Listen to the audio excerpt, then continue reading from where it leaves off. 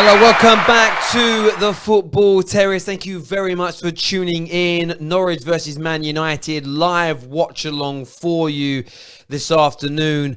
But big news in United's pursuit of Jayden Sancho. He's dropped again from the Dortmund lineup today after refusing to play, telling them that he is not in the right frame of mind.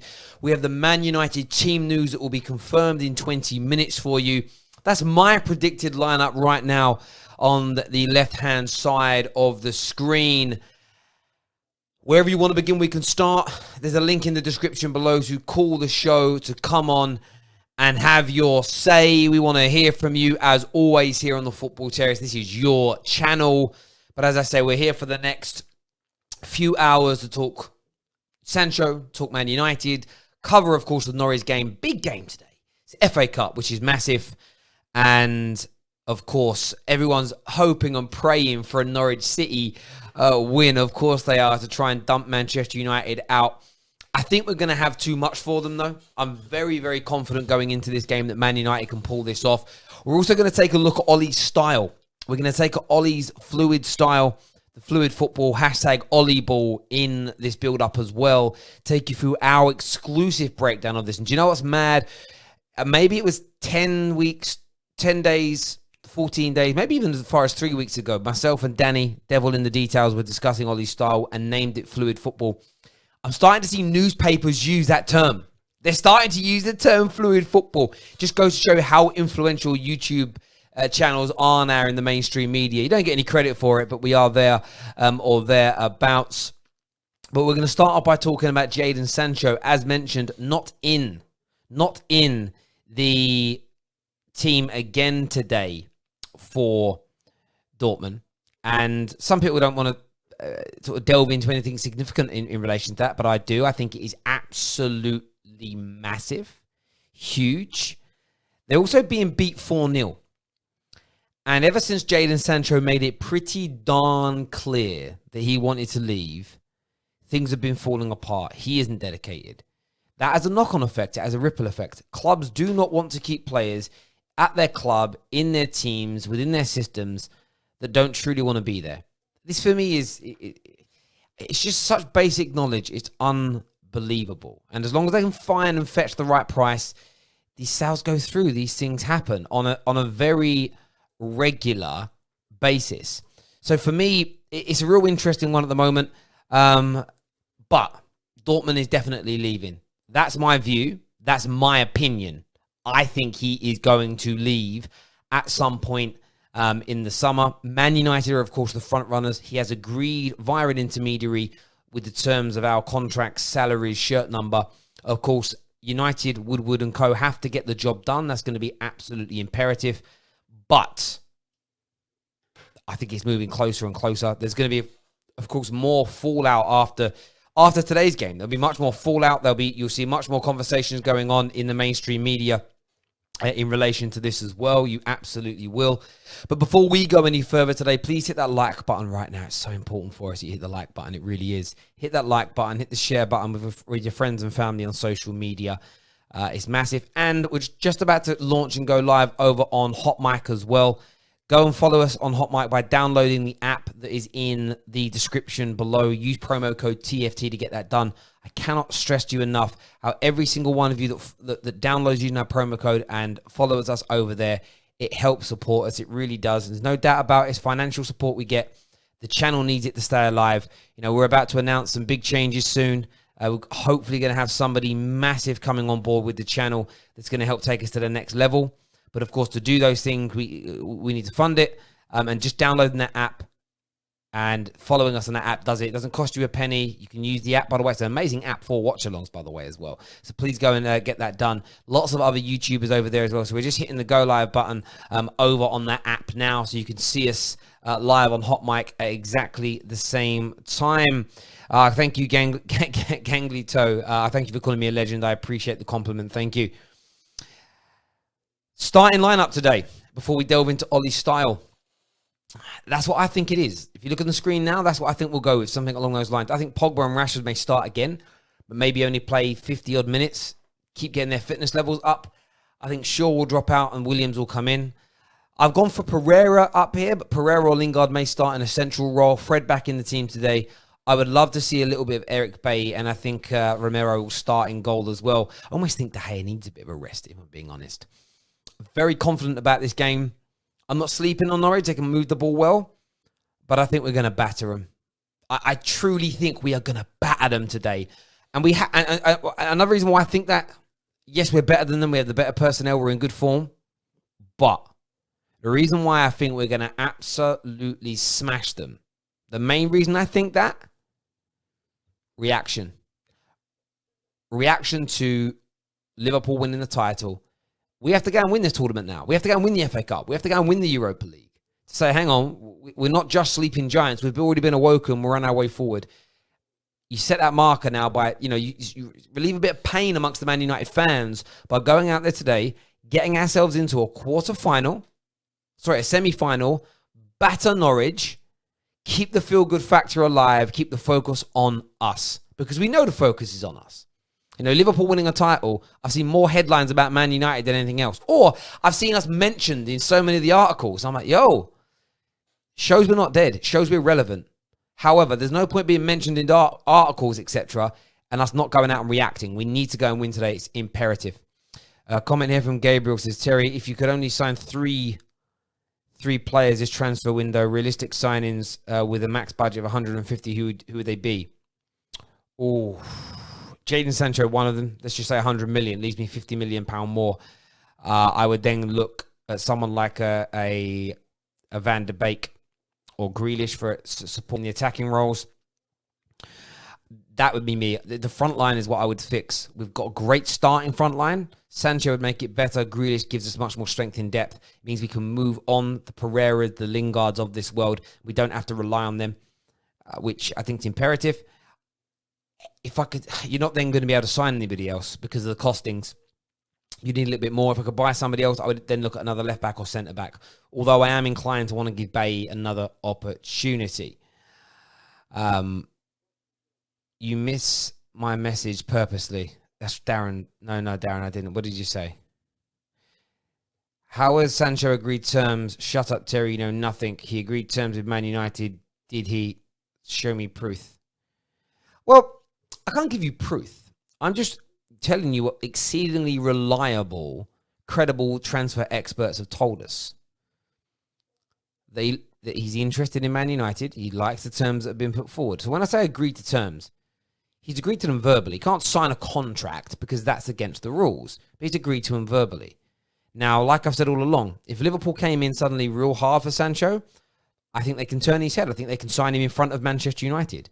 So, Darren, it's amazing, isn't it, that you're sitting there getting angry over Sancho maybe signing for Man United when you're champions. It's a madness. Show me proof! We're talking transfer rumours here, bro. There is no proof until it's done. What I do know is to trust the elite transfer experts, and that's what I'm doing. Plus, I was told by a very reliable person in December, and I very rarely tweet about things in relation to transfers that I have, where I've been told something by somebody, rather than seeing it in the MSM, and I do with that. But, bro, if you want to be angry right now after doing what you've achieved as a football club, that's for you, bro. I'm all cool with that. But no, did I miss your message on purpose? No, because I'm really not that weak. Really not that weak at all. Let's do a few more here. Tonelli has been snapped up, going to be the best baller playing CDM. Let's get the best out of Pogba. That's how you do it, Tonelli. Yeah, I've heard he's very, very good. I bought a lot of shares in him on the Football Index, to be fair, but it's hard to... you can't sign everyone. There has to be a desire in these players as well to actually play for Man United. That in itself is difficult to create. So, yeah, for me, it's just one of them things. Like, I'd like to sign every top player out there, but I know that isn't realistic. I know that isn't realistic at all for that to happen. So there we go. Darren's like, I'm not angry, bro. You are. Well, bruv, you're the one who's challenging people. You're talking about a Sancho deal. You're demanding proof. You know, like you're like an insecure ex or an insecure girlfriend or boyfriend. You know, where have you been tonight? Where have you been? Where have you been? I've been out with my friends. Show me proof. Oh, we didn't take any pictures. Show me your location. I didn't post anything. You weren't there. He's insecure, bro. Insecure, bro. Any Liverpool fan at the moment who's panicking about United signing top players means you're insecure. Insecure people are angry people. It's as simple as that. Freddie here says, come on, Norwich. Do you know what, bro? I get why you'd want Norwich to win. Like, I truly get why you'd want Norwich to win. There's no doubt about it at all. Josh Sutton here, one of our great members, says, is it confirmed team news? No, the team up on here, as I've said, mate, is my prediction, if you want to call it that. That's my prediction. I think it'll be a team similar to this as an example. But there we go.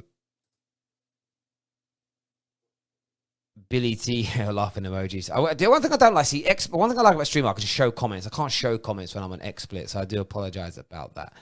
We're going to get the official team news in about 9 minutes time, and then there'll be about an hour's build up. Junior says no Greenwood. It's my prediction. It isn't what I want. It's my prediction. I think Greenwood might start.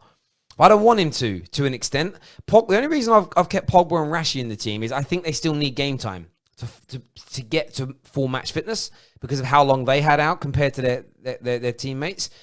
But I want Greenwood starting our game on Tuesday. So for me, I know there's going to be a lot of fake Man United fans kicking off if there's too many changes to this team. But we've got a big Premier League game Tuesday.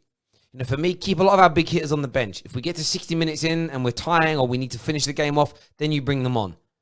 But from my point of view, this team on the screen right now, you can see that team right there, that can beat Norwich. That team can batter Norwich. And hopefully get to 2 or 3 goals in front with half an hour to go. Pogba off, Rashford off. Remember, 5 substitutions. Pogba off, Rashford off, AWB off, Maguire off, you know, and let the rest of the guys, you know, and build up their fitness and build up sort of their levels.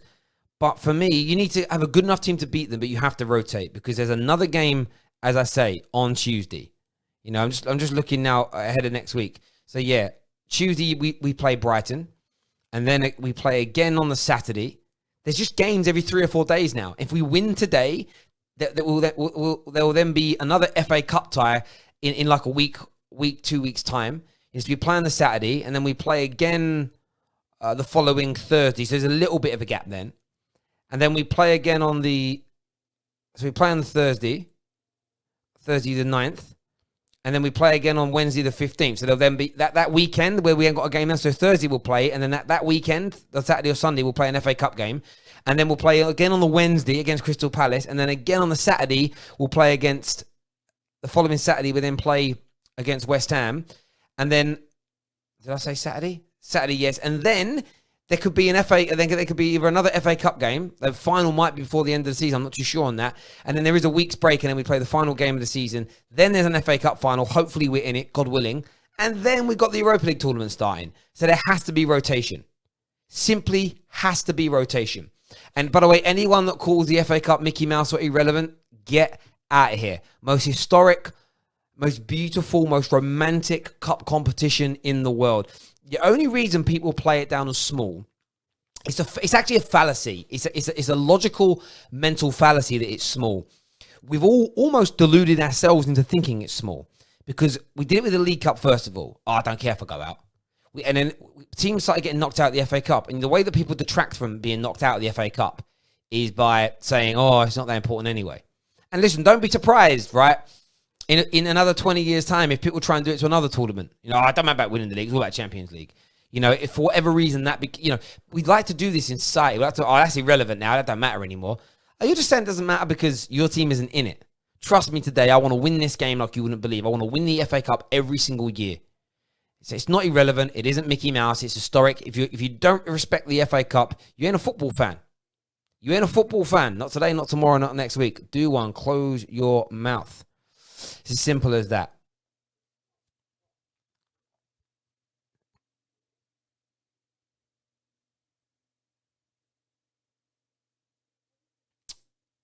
Bro, so Alex Ferguson didn't care about the FA Cup. Oh, you talk about that fallacy again. You talk about another fallacy. So Man United wanted to go and play in what is now the World Club Cup. But back then, it used to overlap into the beginning of the FA Cup. Man United asked the FA if they could extend out whatever our third round tie would be, which we, of course, would be in. They basically said no. So we made a decision to not enter a team that year. And it was it wasn't about not caring about the FA Cup. It was about a dispute with the FA.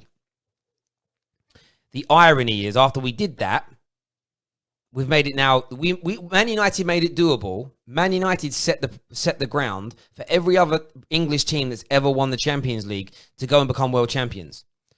Because the FA were in major discussions then with FIFA via UEFA, and they made the tournament a few weeks earlier, meaning that the English champions, if English teams won the Champions League, they could participate and still be in their own national cup as in the FA Cup. So what Man United did was made it possible for every team since us, and there's only actually been Liverpool twice and Chelsea once, but we've made it possible for you guys to go into that tournament and still be in the FA Cup. So again, learn the actual history and the actual reasonings and the actual things that happened at the time. Right, you didn't care about the FA Cup, you pulled a team out of it. No, we went to war with the FA to ensure that no team, including ourselves, was ever going to be dictated to again. And remember, it was only 30, 40 years prior to that Man United were dictated to by the FA and made to, travel when we shouldn't have been, forced us to coming back early from Germany.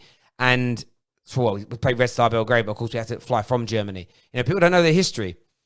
Man United, the only reason we were rushing and struggling to get back, and we should never have tried to have flown during in the terrible snowy weather when we were in Munich, is because the FA made us. They wouldn't allow us to postpone our weekend game so that we could go and play in the European Cup. Because remember back then, and this is what people piss me off when they don't understand their history. The FA and a lot of the other clubs in England didn't like the idea of the Champions League, or it's called the European Cup then. They said it was stupid, it was silly. They didn't want English teams in it. If Man United hadn't laid the groundwork, if you look at Liverpool, you look at Villa, you look at Ipswich, you look at Nottingham Forest, the history you have in Europe wouldn't have existed without Busby and what the Busby Babes did. But the reason we flew back when we did is because we were forced to by the FA. So it was the second time in our history we went to war with the FA to make them change the rulings so they couldn't dictate and damage things. So when Liverpool this year are lifting their World Club Championship and they could still play in the FA Cup, the only reason you could do that is because of Man United. So hush, bruv. Hush when it comes to that, as you're getting blocked out of here. Learn your damn history. Show some respect to it. There we go. Terry, honest opinion, how do you think United... Sorry. Do you think United have a chance of winning the FA Cup? Yeah, of course, we're in it. Of course we have a chance. Liverpool out. Every other team that's left in it, we've either beaten this season or we're capable of beating. Sheffield United are in it, battered them the other day. Arsenal were in it. In fairness, Arsenal have been a bit of a bogey team for us for a year or so, but we can beat Arsenal. Battered Chelsea every time we've played them under Ollie. Facts. City beat them 3 times this season. Will we win it? I don't know. Can we win it? Absolutely. Absolutely. Josh here says, my cousin is a lifelong Liverpool fan and has been insufferable since City lost to Chelsea. Just had to throw my hands up and Klopp got his deserved title and tell him, see you in another 30 years.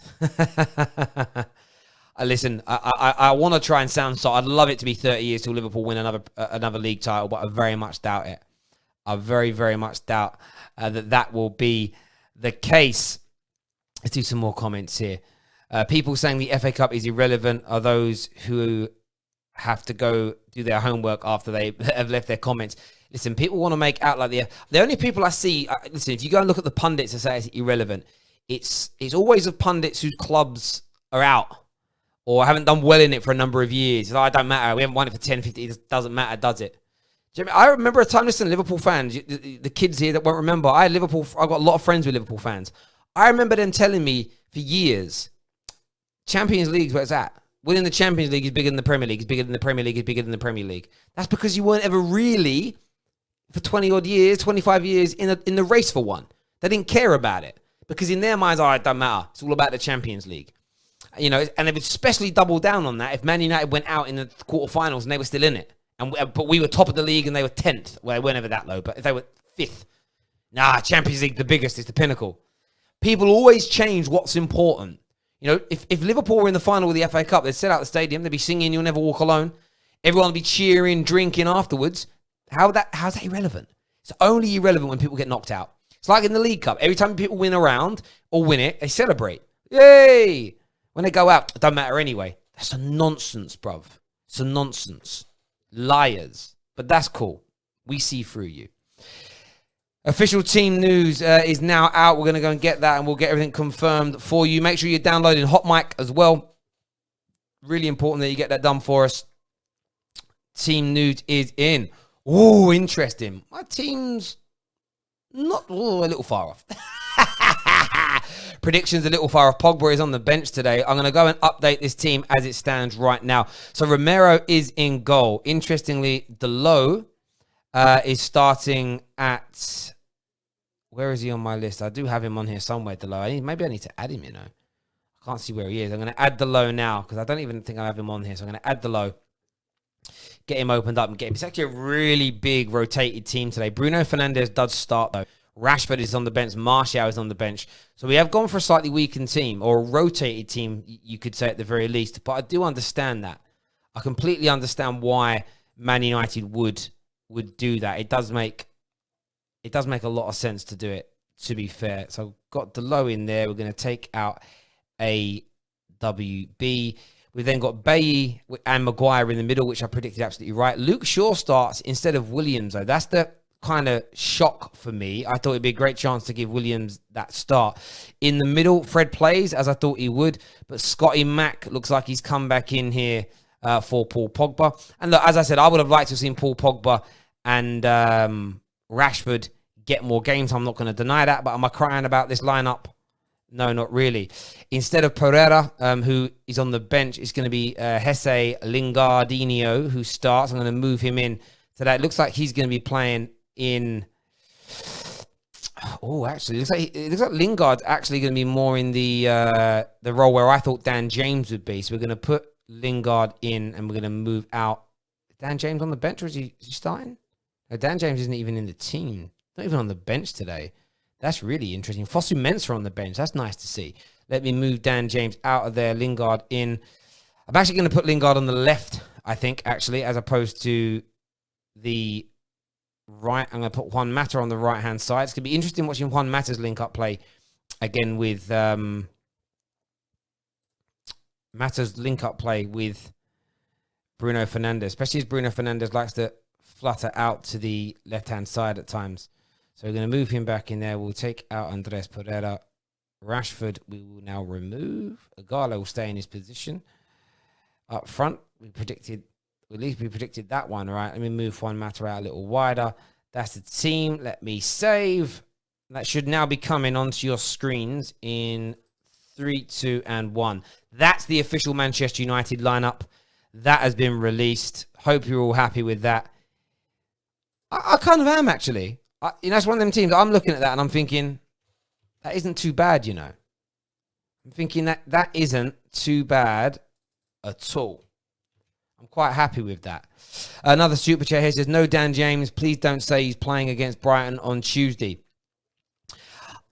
I wouldn't have said that because, no. I think I don't know why Dan James isn't in the team. I think I would look at it this way. My view would be Pogba, Greenwood, Rashford, Martial on the bench. They're there to come on if we need them. That's what they're there for. Come on if we need them. Dan James, he's only out of the squad because I think Lingard, Mata, maybe Pereira from the bench are going to get a bit more of a run out. Dan James has played quite a bit of football in the opening 2 games back. Dan James will be back on the bench, in my opinion, for the game against Brighton. So I appreciate the super chat, but I wouldn't be panicking about that. I really, really wouldn't. So, yeah, it wouldn't be a big one in my view. But there we go. Twisted Bubba here says, Terry, has that team played together before? Potential banana skin. Well, of course it hasn't. There really hasn't been the opportunity for this team that you now see on the screen to have played together very much. Reason being, there's not been a great deal of football. However, what I would say is, Bailly and Delo have played together on a number of occasions for the team. Got Luke Shaw and Maguire, that's a normal partnership. So Luke Shaw, Maguire, Scotty Mac, Fred, Bruno, they've all played together. The front lot have all played together in the Europa League. I actually think if we went back and look at go look at the last couple of games we started in the Europa League, it will be pretty similar to this team, to be honest. So have they played together before? Yes. So again, I just wouldn't, if right now, as a United fan, am I worried about this team? Am I concerned about this team against Norwich? No. Main reason being, we've got some firepower on that bench. Firepower on that bench. But for me, it's not a weird lineup. Not a weird. I'm going to tweet about it now, actually. Happy enough with the lineup. Superstars. You know when you leave cap lots on? So no. Happy with the lineup. Superstars on the bench if we need them.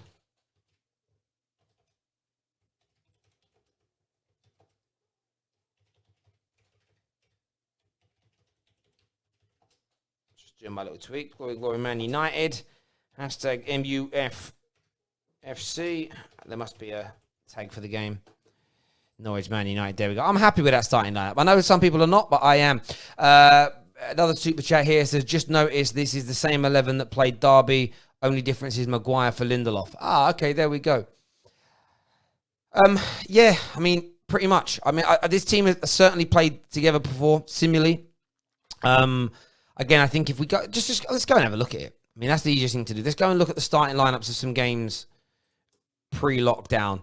So we'll look at the starting lineup for the game against LASK as an example. We'll look at the lineup against Derby. We'll look at the lineup against Club Brugge. That's three games where we would have seen major rotation. So the starting lineup against LASK was Romero in goal, Williams and Shaw as the fullback, so no Delo, but Bailly and Maguire. A midfield two of Fred and McTominay. Matt, pretty much the team. Mata on the right, James was on the left, Fernandez in the middle, Igalo up front, Pereira, Chong and Greenwood came on from the bench. The game against Derby is this exact lineup that you can see, but yes, Lindelof instead of Maguire. And then when we play Club Brugge, again, pretty much this team, other than the fact that Delo didn't play. It was one for Xhaka, and who else was in that game that was different to this one? James started instead of Lingard. Lingard came on. So, again, no fears from me. Zero fears from me. Oh, this team haven't played together before. I'm concerned about it. No, for me, I look at that and just think to myself, it's our rotation team. But you see what I'm also saying about why it's important for a Grealish or Van der Beek? Because imagine we could rotate today and you could have Van der Beek on the field and Grealish on the field. Then do you get where I'm coming from when I say that? For me, that's why there needs to be that level of improvement in the squad. Web_Liverpool says, I hope United come strong next year. As a Liverpool fan, I would love to see a strong United, Chelsea and City, and maybe even Spurs and Arsenal battle it out. We are the champions, are ready for anything. Do you know what, bro? I respect that confidence you have in your own team. I respect that confidence, bro, because to truly know you're the best. I mean, imagine Liverpool maintain themselves. Imagine Man United, Chelsea, City next year and the season after. Oh, wicked. Top level. But you still win it. That makes you like undisputed champs. If everybody else next year is poor, we all lose 8, 9, 10 games each. A lot of people will say, well, I know you're good, but nobody else is challenging you. So I know for a fact Liverpool fans the real ones want to be challenged, knowing they can still win, to say, well, we beat the best, though. We beat the best teams around. We beat brilliant teams. You know, Man United's treble team, look at the sides we had to knock off. Look how good Arsenal were then. Most Arsenal fans will tell you, hand on heart, their team between 97, 98, 99 are the best. We're the best ever in Arsenal's history, a lot of them think. So if they are, and Man United beat them, not only to a Premier League, but also the FA Cup, as he's now won the Champions League, it's what elevates you, bruv. It's what elevates you. 100. There we go. Terry Lingard must show his worth today. His performance has to perform well. Hope he performed. Oh, listen, I haven't got much faith in Jesse, but of course I want him to do well. Only a weirdo or a fake Man United fan wouldn't want Jesse to do well or play well. Be a very odd thing. Hi, Lee Chappie. He says, hi, Terry, mate. Have to come back to the channel soon, pal. Absolutely, bro. Do you know what, Lee? I want to get you on, actually, next week. Sorry I haven't reached out. It's been so difficult. I haven't spoken in a while because the top 4 race is hotting up nicely. And, yeah, 110%. Would love to get you on. Would love to chat about what's going on. Terry, Kai Havertz is coming to Chelsea. Leverkusen miss out on the Champions League. Might decrease the price. I don't think it'll decrease the price, but I still think you're going to get him. Display says, this sounds like complaints, Terry. Ha, ha, ha, excuses. I don't get what you mean. Where have I put out an excuse?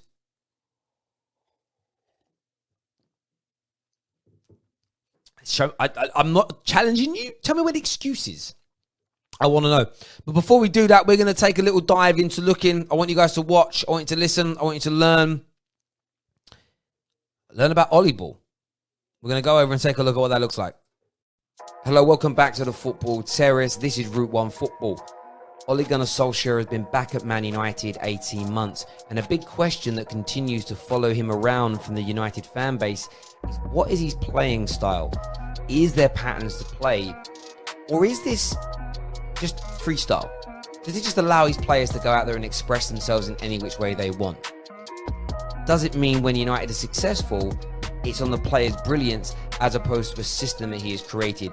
We're going to explore that and explain to you exactly how Ollie sets his teams up. So we'll see here some footage from Man United's recent game against Sheffield United. And there's something I want you to focus on straight away, is the shape of the individuals in front of us. I'm going to mark the Man United players here. And you can see there's 4 players in a row. You actually do have Mason Greenwood down here on the wide right as well. This shape is a pattern that you will see continuously with Manchester United.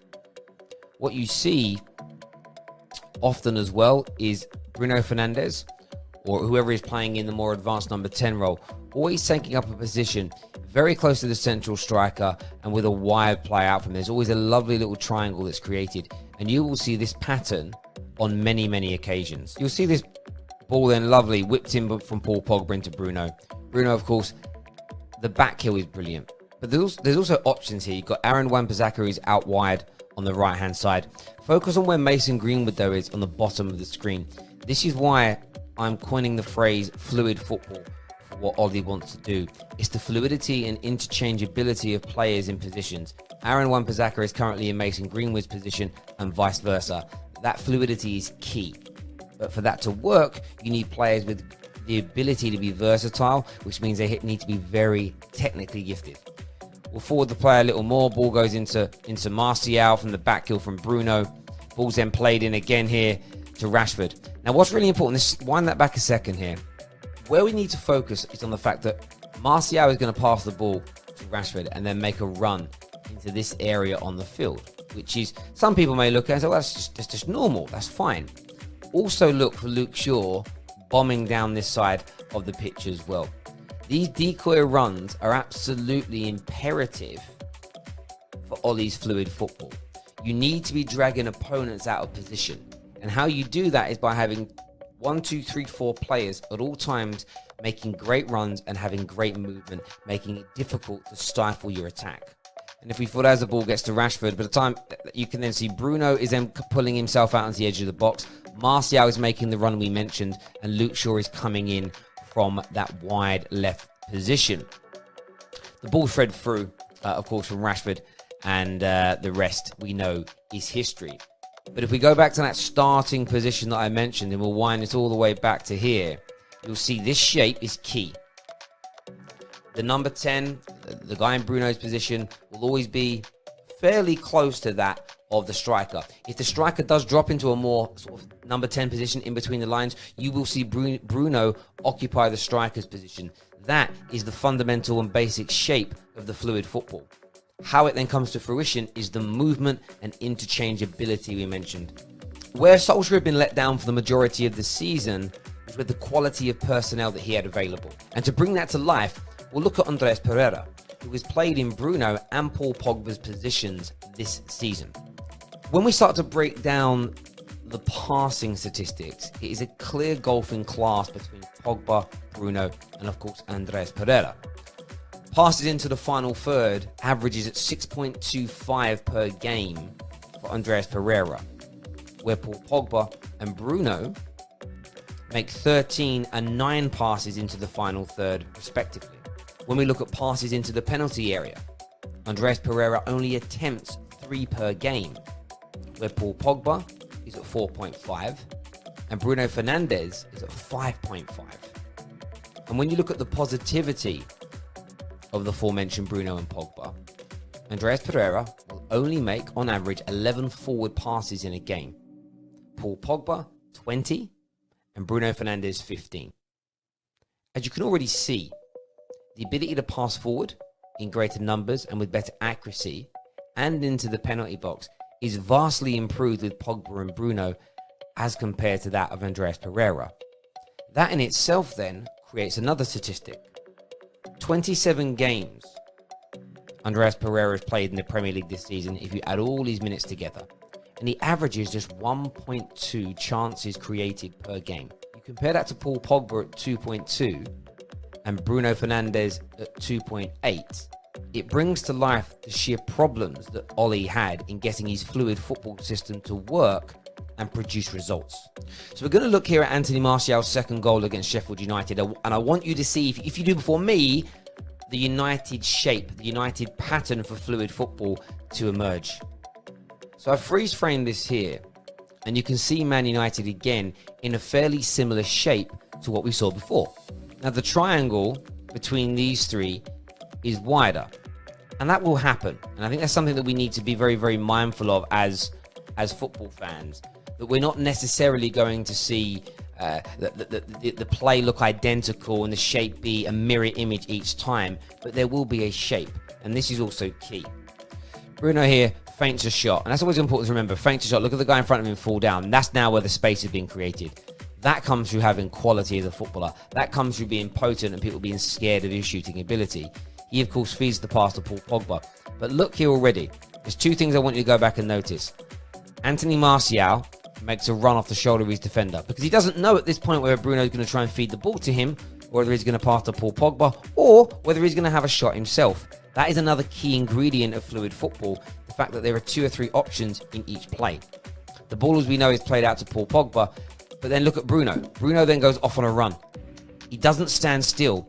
Go back and watch footage of Andreas Pereira, Juan Mata at times, and especially Jesse Lingard. They make this pass and then they stand still. They stop the movement. Now, Paul Pogba here has the ability, and he plays the ball out to the right-hand side to Aaron Wan-Bissaka. That is also another key component to Manchester United's fluid football, is the fullbacks getting involved. Now, I don't believe Man United are going to operate with a 2-up approach. It would, generally speaking, be 1 up, 1 back. However, when you dominate a game as we did against Sheffield United, you will force your opponents back into these positions, meaning your fullbacks can be more readily involved. This is also helped by the inclusion of Nemanja Matic, who will often drop back and almost become a third centre-back when our fullbacks push forward. Again, versatility in Ollie's fluid football system. What you'll also notice is the sheer number of players in the Sheffield United box, and this cannot be discounted. Man United need more numbers. We need to be having players in the half spaces and causing confusion. You will start to see this on a more regular basis now that we have players such as Mason Greenwood and Bruno playing, who are far more comfortable. You also still have major options here. Aaron Wan-Bissaka, as we know, will go on the outside himself and get the cross in. But Paul Pogba is available here for a pass if required. Paul Pogba's inclusion, and this is meant with no disrespect to the Pereiras and Lingards of this world, then means one thing. Paul Pogba then occupies these 2 midfield players, meaning you have a greater amount of space between the defender trying to win the ball back from Aaron Wan-Bissaka and then the remaining defensive players are trying to mark and stifle our attackers. Paul Pogba's presence alone creates the space and the opening for Aaron Wan-Bissaka to cross the ball into. So here we have another great piece of play from Manchester United, and we see the shape again. You've got Bruno, not far from his striker, and now you've got Pogba that's moved up into this triangular position. To Pogba's left, or to our right as we're viewing, you've got Mason Greenwood, who is making up the right-hand side of that shape. And then to the left off camera, you have Martial that has switched positions with Rashford for a few moments, making up the left-hand side of the attack. So again, we see the positional sense and the shape created under Ollie's fluid football system. And then this is where the brilliance comes in. The pass is played forward there from Matic. Now the reason this opening even happens is Bruno Fernandes's back heel. Bruno Fernandes sucks in two players, you can see there. As two players now with this brilliant back flick taken out of the game. They're finished. You now have the hole. This area here has now been opened up on the field of play because of Bruno Fernandes' touch. Now what's going to happen? Marcus is going to get this ball. He's going to play it back here to Paul Pogba. Paul Pogba is then going to knock the ball over the top into this area here. But the focal point here is the fact that the fluidity. Bruno Fernandes in that shape, and we can still, by the way, at this point, we can still see the Man United fluid system shape. Martial, as I mentioned, out on the left. You have Greenwood here on the right. You also have support from the fullback in this position here. Pogba in a more advanced role. Rashford, Bruno. And what you'll find with the fluidity of this, because Paul Pogba has left his central midfield area, Martial has stepped up. Sorry, Matic has stepped up. And then you have Luke Shaw that is also covered in a central area. There you'll see the pass into Pogba, the knock over the top, and Rashford should be finishing this. There's no doubt about it. He should be hitting that ball on target, and he misses his shot. You know, he'll get bantered for that, absolutely. But the fluidity is there. And if you focus on one other area that we already mentioned, it's the additional runners. There you see him, also in the box with Marcus Rashford, is Mason Greenwood. So, ladies and gentlemen, that is Ollie's style of play when it comes to his attack. There are clear patterns, there are clear shapes, there's fluidity in the movement, and it's something that is starting to pay dividends. Yes, it's taken a number of months for Ollie to nail this down and to drum this into his players, but the biggest hindrance was never his coaching ability, his man management, or his style. It was simply having the right quality of players. And if we focus on that last clip, the back heel from Bruno, the dink pass over the top from Paul Pogba. Can you honestly imagine Lingard or Pereira, Scott McTominay even, playing those passes and making those touches happen? For me, not in a month of Sundays. Do me a big favor, hit the like button, hit the share button, push this out there. Ollie's fluid football is real and it's here to stay. Take care, goodbye, God bless, and we'll see you all soon. There we go, ladies and gentlemen. It's my piece on Ollie's style. And listen, whether you think it works or not is completely and utterly up to you. But when you start, listen, there's nothing genius about it in terms of he's created a new style. He created triangles. No, but there is a positional play when we move forward with the ball, when we attack. And you will see it. And if you look for it, it's there nearly every single time. And of course, the change will be, the shape will be different. Sometimes there's larger gaps between our players. There are smaller gaps between our players. But we pick up those areas on a very regular basis. And why it's so important to kind of remember that and focus on it is it's then about the quality of individuals in those positions. So actually, you listen to Saeed from United Stand, who says it's pure freestyle football. There is, of course, an element of freestyle football. Players need to be given creative freedom to do the right things. Now, Ollie didn't tell Bruno Fernandes to make two back heels in that game, both of which led to chances. One was scored, one was missed by Rashford. That's Bruno's choice, but Ollie isn't going to stifle him. So it becomes an element of, okay, I'm going to freestyle that move, but my manager gives me the creative freedom to do it. That's still leader-led. But the system and the shape is what Ollie drums into the team. And as I've said for a while now, I truly believe this. Man United now that Man United got the players and we're going to improve on that, the system will come to light. But for anyone that tells you there isn't a shape, there isn't a style of play, there isn't a system, they either are not looking for it or they're lying because it's there. We had a super chat that came in here And that is from Sasko, who says, I don't get this United is back thing. I really don't see it. I've seen similar runs from previous managers. There's no given that United are back. That's a really good point, buddy. I'd say this. United had a good run under Jose in his first season. And actually, the beginning of his second season wasn't too bad, but then it started to fall apart. And the relationship started to break down. And at the time, it was going well. It was legitimately going well 18 months in. Then it started to fall apart. Under LVG, LVG has never had a 14-game run where it only conceded 3 goals, battered teams, progressing in multiple competitions. He just didn't have that. It didn't happen at all. We were always 2 or 3 good games here and there, but that was about it. Didn't happen with Moyes either. So it's a bit of a fallacy that it's happened on a regular basis because it just hasn't. Ollie's now having his second really good run. The difference here being it's more stable. It's more secure. This isn't a bounce. Ollie's first run, you could argue it's a bounce. It was really good players having a bounce because the mood was lifted after the torrid time under Jose. But he then went through a really bad time. The last couple of months of last season were poor. And in the whole beginning of the season up until December. So he went through, in terms of playing time, a 7-month period of awful football where most managers in the modern game would have lost the confidence of the dressing room. For United to come out of it the other end is what tells me there's something tangible there.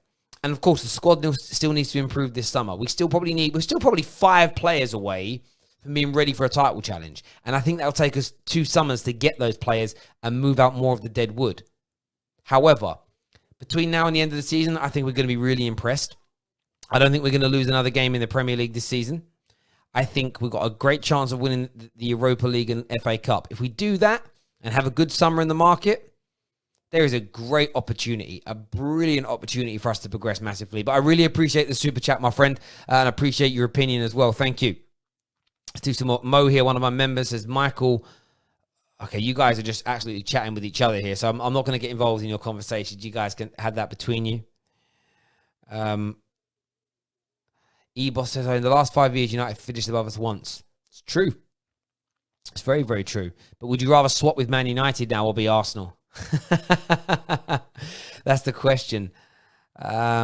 Lincoln, our moderator here, says, thought Dan James would be given the game to boost his confidence, but I guess Jesse needs game time too. Yeah, I think there's an element of that. I think there's definitely an element of that when it comes to this. There really is. Half an hour until kickoff, ladies and gentlemen, as well. I'm looking forward to this game. I'm buzzing about this game a little bit. Make sure you've got Hot Mic downloaded, please. Really important to us that we get that done. Come on, United is what Ilya says. Harris's midfield is still solid to get to see the partnership of Maguire and Bailly. Mata and Bruno have good IQ in the game. Easy win, 3-0. We are going to take some Skype calls now. So we're going to take some Skype calls between now and the beginning of the first half. So if you want to call up, Skype lines are open. The information for that is inside our description below. So feel free to come on and have your say. Can't wait to hear from you on that. I know everyone's going to have some opinions. And as I say, make sure you're getting Hot Mic downloaded. Use that promo code TFT and come follow us over there as well. Ransom Bants has now entered the fray over on Hot Mic as well. So go there and follow a lot of the other users as well. I know Mark Goldbridge is on the platform now. Anfield Agenda, brilliant Liverpool channel. The Anfield Rap. Of course, Lee Chappie. We all know him. The Jamie Vardy lookalike. Massive Leicester fan as well. Make sure you get over there and follow these people on that platform if you haven't done so already. And also live after the game today, of course, we're going to be doing live fan cams. Going to have JB, Flawless, Aaron, Beatrice, loads more people on the show giving you their say and their opinions. I'm looking forward to it. You guys, this Man United Arsenal debate makes me die. I'm loving it. I just kind of enjoy watching it, really. Ollie cannot be considered as one of the best managers in the league. His spending is on par with Pep Guardiola, and yet his team isn't playing like them. It's a good point. And I don't think anybody is considering him to be the best. He's only spent he's had 1 year, though. Pep's been here, 4 years now? Is this Pep's 4th season? So let's see what it's like in Ollie's 4th full season. By the time we get to the end of the 23 season, then let's see. Let's see how well we're playing then. But yeah, it's an unfair, it's a false equivalence because of time at club. Plus, I'm not saying he's reaching Pep's level, by the way. I'm just saying the only way you can make that comparison is by allowing Ollie the same amount of time before you do it. Twisted Bubba here says, Terry, do you think Klopp has the right to disrespect the English Cup competitions? Yes, he has the right to. Of course he does. Of course he does. Every manager has the right to. We live in a free society. You can do what you want. You can do what you want. The only time it looks weak is if you then celebrate winning it later on down the line. You know, when I think Poch was stupid when he said, we only want to win big trophies at Tottenham. Bruv, man, you guys have won 2 trophies in my adult life. Well, not even that. You won a trophy in 1999, the League Cup. And you won the League Cup again like 10 years later and nothing since. I think you might have won the FA Cup in the early 90s at some point. I'm sitting there thinking, bro, you guys ain't got no room to say big trophies. At least Liverpool are winning the big trophies. So, cool. And I don't necessarily think that Klopp was disrespecting them either. Klopp just has a thinner squad than the Man Cities of this world and had to rotate. And that's why I think you could see him still spend big this summer and go after the Koulibalys and Thiagos of this world. You add a Thiago and a Koulibaly to this Liverpool team, and you can start when winning 2 or 3 trophies a season. It's how City have been able to do what they've done for the last couple of years, win so many trophies, because they've got such a big squad. They play such strong teams in League Cup and FA Cup games, and teams that are as good as them, as in like Liverpool, but with thinner squads, it's much, much harder to do that. And this year was even more difficult for Manchester, for Liverpool, because of course they had the World Club Championships as well. Haunted Radio. I haven't seen anyone here in ages. Haunted Radio.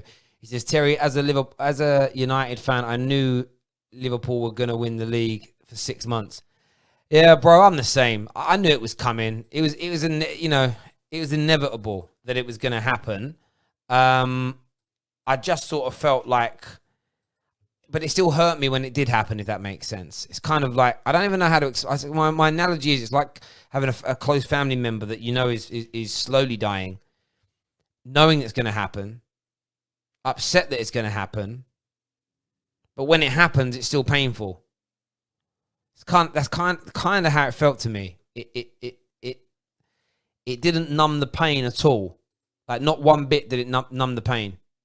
And I suppose that was the frustrating bit, I suppose, is that, yeah, it didn't numb the pain for me one little bit. Like, not 1 ounce. Not 1 ounce did I feel sort of, I actually didn't think it was going to hurt me as much as it did. And I'm not even going to sit here and deny it. It really hurt. It really hurt. And I never want to feel that pain again. Serious. Like, I never want to feel that pain again. The sad part is I'm probably going to when it comes to Liverpool. I'm probably going to. Because Liverpool are that good right now. So, yeah, it's one of them things. I think we just need to accept that it's, like, going to happen. And how do I say this? You know, you've got to just try and almost roll on, like take it on the chin, like be annoyed. And I'm annoyed. I'm not saying there's anything wrong with being annoyed, but it's just this element for me where it's like, okay, we know that they're good, we know they're brilliant, we know we want to be where they are, but we need to focus on what we're doing. We need to focus on what we're doing and become great at what we do again, so that we can. How do I put this? So just so that we can get ourselves back to the peak of our powers. And we had a caller earlier on today that said we need to stop living in the past. And I think there's an element of truth in that. I think we do need to stop living in the past in some respects. But then at the same time, we need to almost respect our past enough and rebuild the culture that we had before. So I think it's a little bit sort of chicken and egg in many ways. But yeah, as I say, everyone always has different sort of views and different sort of opinions on this kind of thing. But as far as I'm concerned, yeah, I just want to see Manchester United keep rebuilding this culture, keep rebuilding, you know, the things we love about the football club, and then over the next 12 to 18 months, turn that into winning trophies. And in fact, we could, turn that into winning trophies this year. Let's not get twisted about that. Man United could win some big trophies this season. And that, for me, it wouldn't take the complete pain away, but it would numb it. It would numb it if we could walk away from this season. But okay, well, yeah, but we still won some things. We still picked up some big trophies, and that's what we need to aim for. It's as simple as that for me. It's as simple as that. Hi, Terry. What do you think about Wolves win? Yeah, big win for Wolves. Big win for Wolves. Gutted. If I'm being honest, gutted, because I want them to drop points. But United just got to take care of themselves. For me, I'm not focusing on Wolves. Wolves' results are irrelevant. I'm focusing on Chelsea's and Leicester's. We just need to aim at them. And as long as we do our job, we're only behind Wolves now on game in hand. If we deliver on our job, nobody that's behind us will overtake us. All we have to make sure we're doing is winning, so that if at any point, at any moment, Leicester and Chelsea start dropping points, we're ready to pounce. That needs to be Manchester United's focus, in my opinion. Let's do some more of your comment here. By the way, you can call up on Skype. Skype lines are open if you want to come on and have your say before this game kicks off. We're here ready and waiting for you. We are. Come check us out. Come have your say. If you want to. You ain't got to. It'd be nice to hear from you. Be nice. Come say hello. I'm just sharing some links here. Sharing a few little linky links on socials. And it would also be nice, by the way, there's hundreds of you watching. If you guys could just share this link right now on social media, it'd be amazing. Even if it's just to get your friends to come along and banter us if we're losing, I don't really care. Just get some people along. Be great. There we go. I'm just sharing it on socials myself. There we go. I know a lot of you follow me on socials, so you'll see it. Just retweet it if you can. It'd be great. There we go. Who else is in this chat? What's going on now here? Thank you by the way, Terry. How are you? Tom Kelly. I'm Tony Kelly. I'm good, bro. Freddie here with a super chat says, Terry, I'm a big fan of you. Keep it up. Thank you, Freddie. I appreciate that, my bro, my guy. Thank you very much for saying that. It means a great deal to me. My mum is speaking as loud as Rashford's trim in the room. Yeah, there are some players are still adopting the sort of lockdown look, aren't they? Where others are sort of seems to have had some decent haircuts. Terry, who is a better footballer, Pogba or Gerrard? Wow, that's a hard question. I think technically Paul Pogba has more to his game. If you look at their careers, the only thing that Paul Pogba hasn't won, Gerrard has, is the Champions League. But I think Paul Pogba's got more trophies than Gerrard. He must have. Done it in multiple leagues. Won a World Cup. So I'd pick Paul Pogba. I would pick Paul Pogba. Because they come from different eras and never really played against, I don't think they ever played against each other. Yeah, you'd have to do it that way around. We've got Dark Side User coming on the show now. Dark Side User, it's Norwich versus Manchester United. What's your thoughts on the game that's coming up now? Can you hear me? So your connection was poor. It was telling me try calling back, mate. We'll get you back on. But yeah, what did Gerrard? I know Gerrard won a Champions League. I know he won a couple of FA Cups, a couple of League Cups, maybe a few Europa Leagues. But yeah, no league titles for him, no World Cup for him. So on a level of I'd go with Pogba. Pogba's class. Pogba's class.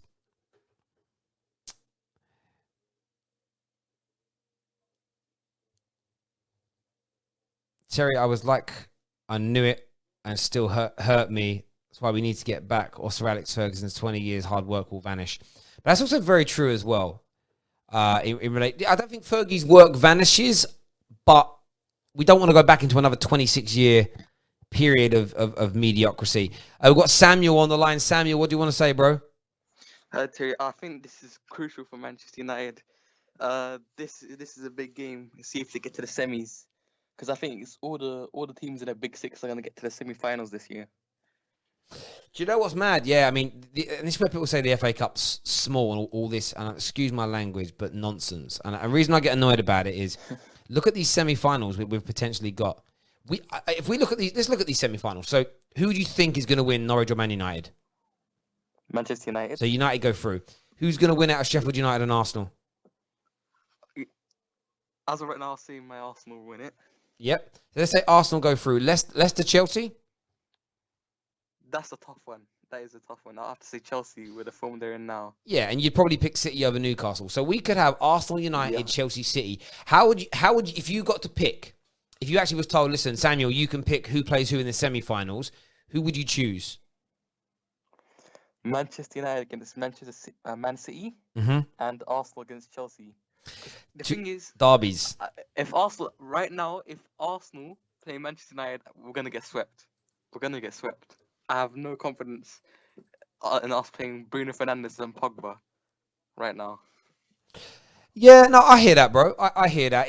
Honestly, it's mad. And trust me, those semi-finals will be huge. If it happens, look, listen, we could get to the semi-final weekend and it'd be Norwich, Sheffield United, Leicester, and City. But that's the worst case scenario for me, because I feel like I think that's worst case scenario for everybody in it, in the traditional Big Six. And what I mean by that is, if you guys get knocked out and Chelsea get knocked out and City get knocked out and it's just Man United left, I think we all kind of know it's highly likely Man United are winning it. The same as if Arsenal were the only... Actually, no, if Arsenal were left with Leicester, Newcastle and Norwich, I'm not sure, because you guys are sketchy, right? But if Chelsea are the only team left, if City are the only team left, it's almost a certainty they're going to go on and win it. And I think that's why if you're a neutral and you want to enjoy the rest of the FA Cup, those four big teams getting through mean we've got epic semi-finals and an epic final. Do you remember the 2017 semi-finals when Chelsea took on Tottenham, the two top teams in the country, and the day after we took on Man City? Those were two great games when Chelsea beat Tottenham 4-2 with a Matic goal. Yes, yeah, I remember that goal. That goal was ridiculous. Yes. And then Tottenham had the best defense in the country at that time when they conceded 4. And the day after Arsenal against Man City, Arsenal came from behind in extra time. I mean, that was like two of the best semi-finals ever, and back-to-back days. During back-to-back days, were two great games. Was that the same year when Arsenal then beat Chelsea in the final? Yeah, 2017. I mean, do you know what's mad? That was a turning point for me in football. That final was, because I remember about the 2-week build up to it, but the main week leading up to that was massive. 2017, that was right. I remember every Arsenal fan channel, podcast I listened to, every ex-Arsenal player, everyone on Chelsea's side of that spectrum, everybody picked Chelsea to win. There wasn't a singular person that was like, oh, I'll give Arsenal half a chance. And now it was just pure and simple, Arsenal were not winning this. That was the notion from start to finish. Yeah. And I kind of sat back and just thought, that's going to creep into the Chelsea dressing room. It's going to creep into the Chelsea dressing room. Now, if it was Arsenal, if it was Chelsea versus Norwich in the final, and everyone was saying that, I would say, okay, fair enough. But I think when you play any teams that do have quality players, and by the way, Arsenal had a 3-year younger Ozil, you had an informed Sanchez at the time, I just thought it was dangerous to do that. And it's like, I always get worried where too many people become too cocky about a result before it happens, because I do think complacency can seep its way into a dressing room. And it's something... This is the same thing that happened in Baku last year, where we were certain that we're going to win Europa League. Yep. It's like the opposite of 2017, where we're the favourites in this one. I see 95% of people gave us the upper hand against Chelsea, and we got swept. So of course, yeah, mate. I agree. I see it happen. Then I remember when Man United were playing Chelsea in the FA Cup final. When Chelsea beat us with a penalty in the build, every Chelsea fan I spoke to said, no way we can beat you, no way we can beat you, because of how bad their season had been with Conte. And every Man United fan was like, yeah, 100%, this is us. And I remember sitting back going, no, why are we all so convinced? Like, history shows, and I think that's where Liverpool fans get this so perfect. Even when they're the best, they don't say they're the best. They just go, oh, maybe we'll win, maybe we won't. They literally will never come out and say, I think we'll win. And I just think actually that kind of attitude is sensible. It stops complacency from creeping in, and I think that's where Man United and Arsenal have gone so wrong. Is I mean, I think with social media now, I think it gets into the dressing room so much easier. Everyone thinks we're going to win. This is going to be easy for us, and it's wrong. Yeah, So if Man United are playing if we're playing the worst, if Man United get to the final and we're playing the second or the worst team remaining right now in the Europa League, I'm not taking it for granted. If we get to the final of this and we play Newcastle, I am not taking it for granted. I want full concentration, full attention, full training. Go out there and obliterate. Don't go out there thinking, we got this. I can't. I hate that. I really hate that kind of attitude. I really, really do. Terry, I remember watching your interview in Full-Time Devils after that cup final, and I think you were the first person to say that I think Mourinho's reached his end at Manchester United, because this is what these finals can do. The FA Cup or cup finals in general can do. You see, Manchester United had a good season, second place with that type of squad. It was an accomplishment, and they lost the cup final, and Manchester United never really recovered from that onwards. Because next season, the first 3 games, 3-2 lost to Brighton, 3-0 smashing against Tottenham, and Manchester United never recovered from that cup final. No, mate, I don't remember that fan cam because I was smashed. When I go to football, I get drunk. It's what I like doing, and I was so out of my head. I don't even remember doing it. It was only the next day when Adam McCullough copied me in a tweet link. I was like, shit, I did a fan cam. I don't remember it, but yeah, I remember feeling that after the game that because of people don't remember, we signed the new deal in January, and then from February onwards, you just saw the relationship starting to deteriorate. And all I said at the time was, I wasn't actually against Jose at that point, as in Jose out. I just sensed the beginning of the end because the relationship was starting to break. And where they made the mistake, if you go back and watch my videos over that summer, all I said all summer was, if we're going to get rid of him, we've got to do it now. We shouldn't be waiting until 1 month, 3 months, 5 months into the season. We essentially wrote off last season by letting Jose stay. They should just moved him on after the FA Cup final, knowing that there was going to be these problems with him, and brought a new manager in then, but we didn't do it. And yeah, it's true. But we went into that final and everybody just thought, I was in the pub before, I went to a couple of pubs beforehand with a good mate of mine, Matty, chatting to every United fan we got talking to. And again, it was just normal chats, no cameras, just me talking to them, chatting to them. Most of them didn't know I did YouTube. It was really nice. Having a chat and, we've got this today. Chelsea been rubbish all year. We'll batter them. You sort of, Jose don't lose finals, we'll batter them. You sort of sit there and think, yeah. Oh, please don't say that. Today, I think we've got the ability to smash Norwich. However, am I going Norwich to trash? Easy. No, I don't think it's going to be easy. I don't think it's... if you go in thinking it's easy, I think you lack something. Boxers... I come from a fighting, karate, kickboxing background, and if you ever go out there into any tournament thinking you got this, everyone's beneath you, psychologically, it takes something away from you. And actually, if you are fighting absolute dead food, it's easy. But, actually, there might be a few people that are quite talented. You're more talented, but they're okay, actually. They're pretty good. And Norwich are the kind of team where if you don't show up, they can beat you because they play football. You need to go out there first 20 minutes and let them know who you are, get that goal, and then make them realise, oh, God, yeah, United are back. United are great. But what's your score prediction for today, mate? I'll go Manchester United 3, Norwich 1.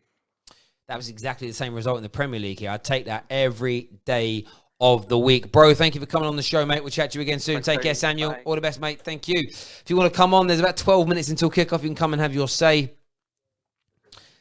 Terry, Norwich have put their strongest team out. It won't be an easy win. Yeah, I didn't say it would be an easy win. As I said, I think we have the ability to smash them. I want to smash them. I want to beat them bad. I want a reaction to everything that's gone on this season. However, we need to be on point. On point. And just so I know, this game can go into extra time today. There's no replays, isn't it? So, yeah, that'll be an interesting one. Dark Side User, we're going to try and get you on now, mate. Welcome back to the show. What do you want to say? All right, Terry, mate. Just want to ask you, what do you think about the Guendouzi story? What's the Guendouzi story? Apparently he's being linked with Man United. It's not No, seriously? I would be shocked. I'd be upset. He's not as good as Fred, not as good as McTominay. I think he's Pereira Lingard level, so I don't see the point of it. I think it's a BS rumour. Well, that's what I thought, you know what I mean? And also, what do you reckon with bringing back Hendo for next season, and most well promising him in all the cup games, and slowly bedding him in to replace De Gea? Because obviously, yeah, that's what I would. Good goalkeeper, but he's got to get used to. That's what I would do. That's what I would do next season. I would have him on pre-season, promise him all the cup games. If we're in the Champions League, no. But you say to him, we'll also give you a couple of. We'll put you into some Premier League games as well. Maybe some of the, maybe the sort of the bottom six teams at home. We'll give him that exposure and go from there. But then you want him there, and if De Gea makes some clangers, then it's like, well, now you've got your opportunity. I think we need to create that. Like Romero, good goalie, never going to be number one.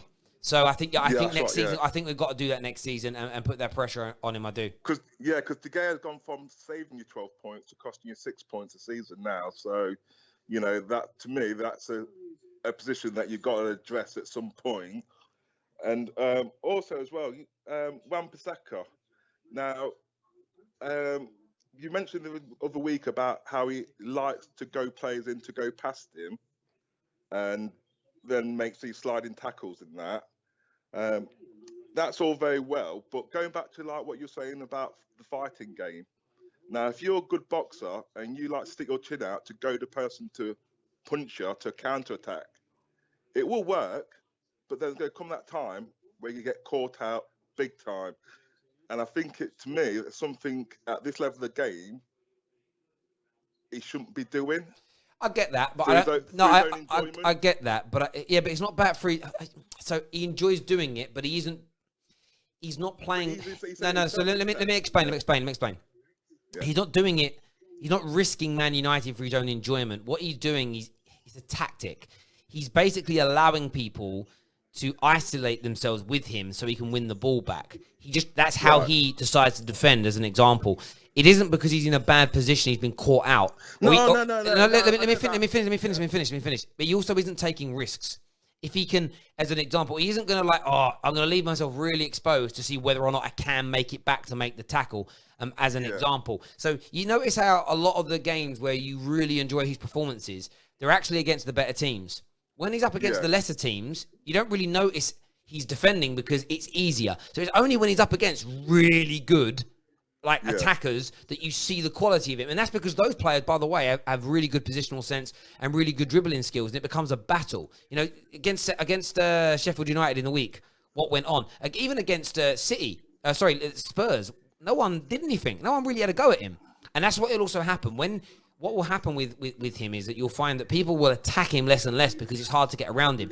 And even if you do get around him, which, by the way, hit and go, it means you've got to make a slide tackle. His recovery is so good, it makes it almost impossible. But yeah, listen, I think, look, will he get caught out? Yeah. Will there be times when... Will there be, to me a favour, you can turn your TV down because that'll copyright us. Sorry, mate. Oh, sorry. There will be times where someone gets past him. I mean, he gave a penalty away this year. That wasn't necessarily for his bad sort of positional sense. But yeah, these things will happen. There isn't a defender in world football. There isn't one who hasn't been dribbled past, doesn't make mistakes, that won't have a top quality attacker get the better of them. It just isn't going to happen. Yeah, it's just how it sounded, you know what I mean, mate? I invite, you know what I mean, when how it was told how he invites it because he likes to do the tackle kind of thing. He's like, well, see, Mike, when I was playing football, I had a really good PE teacher, and he was such a good PE teacher. He now runs the academy at Fulham, as an example. So yeah, he knows his stuff. We were running some defensive drills, and he used to shout at us when we were like, when you're one-on-one with someone, they're coming at you to dribble past you, you're trying to defend, and he always used to shout at us as defenders, make them make the first move. Yeah. So that's all AWB is doing. He's making the attacker make the first move. He's going, right, okay, I'm here. If you try and come past me on the inside, I'm going to take the ball off you now. But go on, you make the first move, and I'm going to win this battle. So yeah, they then do a step over and knock the ball past him, and he's like, great, I'm now going to win the ball back. So it isn't so much taking a risk. It's just simply saying, I'm not going to... What you'll very rarely see Wan-Bissaka do is make the first move. He'll always wait for the attacker to try and come on the inside or go on the outside before making his challenge or his tackle, and he invariably wins it. Now, statistically, that's he only wins 50% of them. That means you have to win it cleanly. But look at the amount of times he'll go into the tackle and he'll sort of block the ball, and then there's a bit of a tussle between the two players, and he leads with it. That won't count as a clean tackle one statistically, but he wins the battle, and that's the most important thing. What's your score prediction for today, mate? Well, I think Man United will win. I think it'll be I think it'll be 2-0, but it wouldn't be surprised if it would be 4 because I can't see Norwich playing a strong team because they know they ain't going to win the FA Cup and the early chance is to field a good team for the league. So I'll say anywhere from 2+. Anything less, then it's going to be a poor performance by Man U. Yeah, I mean, maybe. I think performances for me always depend on quite literally on the performance. You know, we batter the door down, but Tim Krul just has a masterclass and he makes 10 world-class saves. 2-0, I'm cool with. You know, but if we struggle to a 2-0, again, do I expect us to play as well today as we did midweek when we had our best 11 out? No, that does. But I still expect us to dominate the ball. I still expect us to create a chance every 10 to 12 minutes. I still expect us to score 2 or 3 goals. And I'll be disappointed if we don't do all of them things. But listen, Could you expect Norwich to play a weakened team as well? Because, you know what I mean? No, I didn't expect them to do that because I think Norwich know they're going down. They're too far away from everybody else to stay up. I think what are they now? What are they on in the league? Let me just look at this now. So that they're 6 points from safety.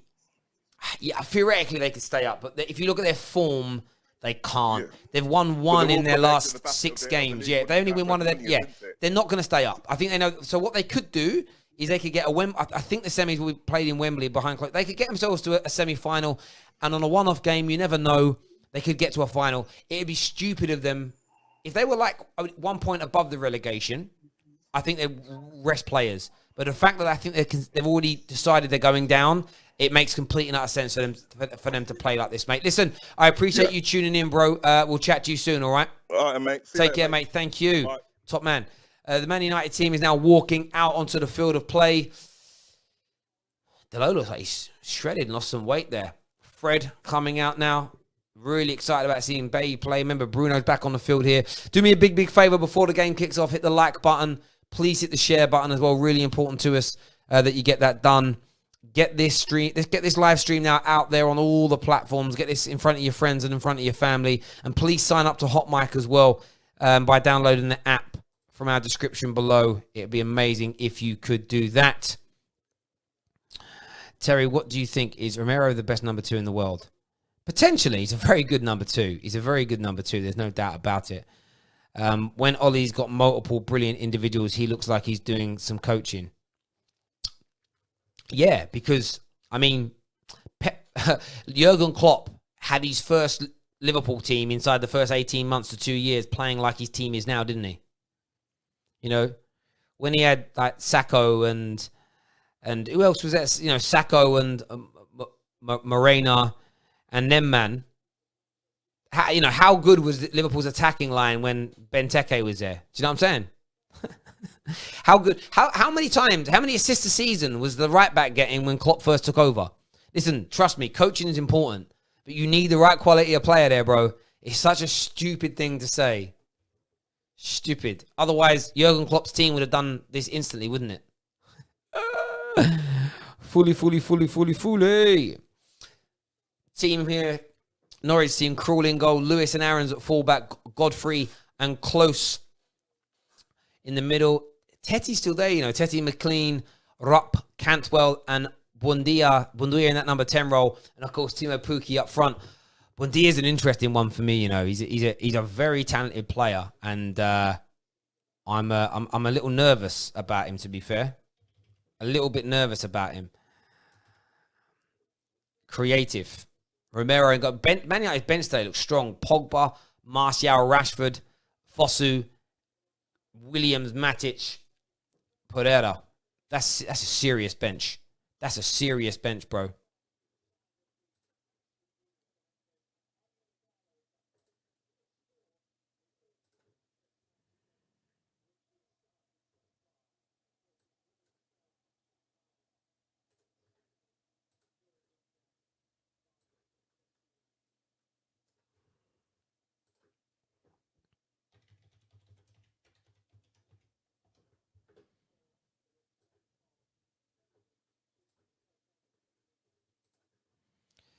Zane here with a super chat. We'll get to that in just a second, Zane. At the moment, Zane, thank you very, very much, my bro.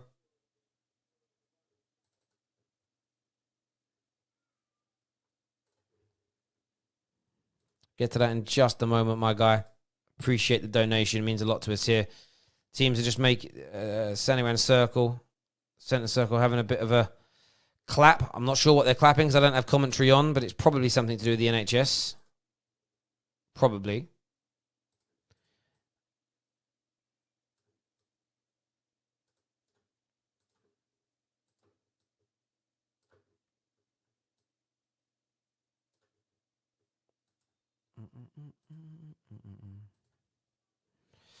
Oh, I'm getting nervous now. Why am I getting nervous? I felt confident, now I feel nervous. Do you know what I think it is? Because I really want to win this game. I really want to win this tournament. So yeah, man. Feeling proper nervous now. Proper nervous now. Zane Super Chat, thank you very much, sir. He says, Terry, I was reading Klopp nearly joined Arsenal. If he would, you would not be laughing. We would have been the league winners and Champions League winners. We are a cursed club. Bro, listen, I never overall, you know, when Man United first got rid of the clapping was for Liverpool winning the league. You fool, Mr. Stroh. When Fergie first retired, my first thought, I was on a radio show. They asked me my opinion, and they said, "Oh, who would you like to take over?" And my first thought was quite literally,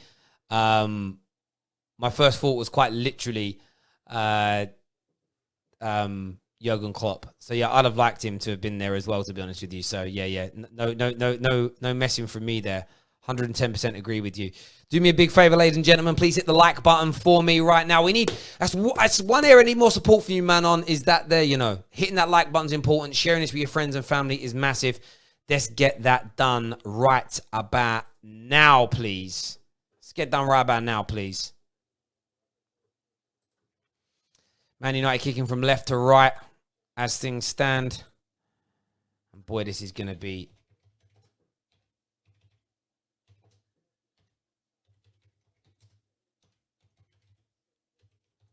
United coming forward already here, you know.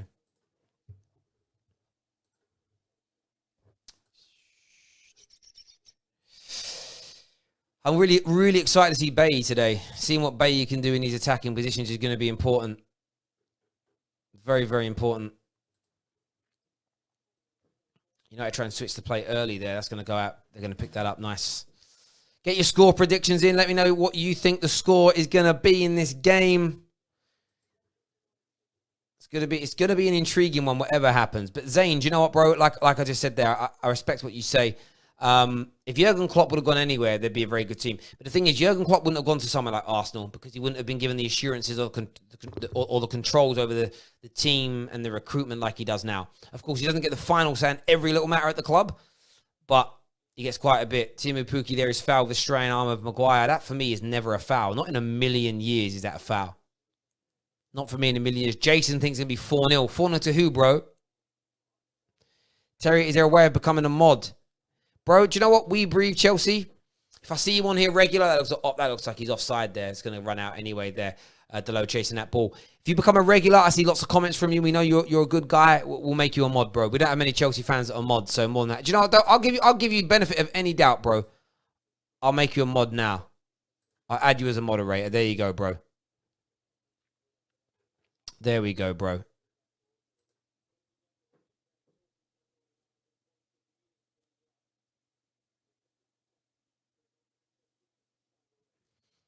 Big game. Do you know, I was reading something actually in the Premier. I was on the Who Scored website, and it has the best 11 in the Premier League. Actually, no, that's weekly, seasonal.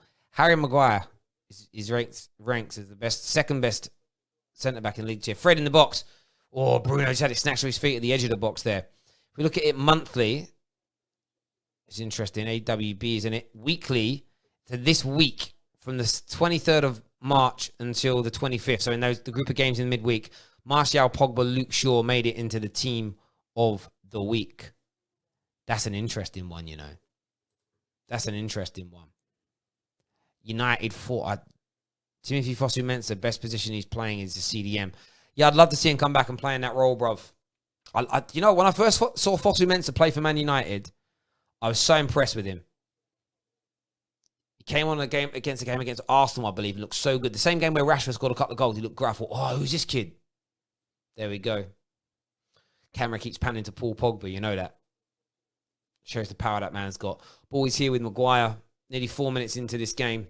Maguire with multicolored boots here. What a switch pass out to Luke Shaw. He touches a little bit off. Lingard in possession here. Lingard's hair is long, boy. Oh, Bruno with a bad touch, but Fred clears it up. Ricochet ball put back up into the air by Maguire. It's really poor there, clearance there by Tetty. Gives it back to Bruno. Scotty Mack's got a lot to do there. Scotty Mack is fouled though after he runs past 2 players. That's nice. That's nice. Scotty Mack picking it up. I love Scotty Mack. I love a bit of Scotty Mack.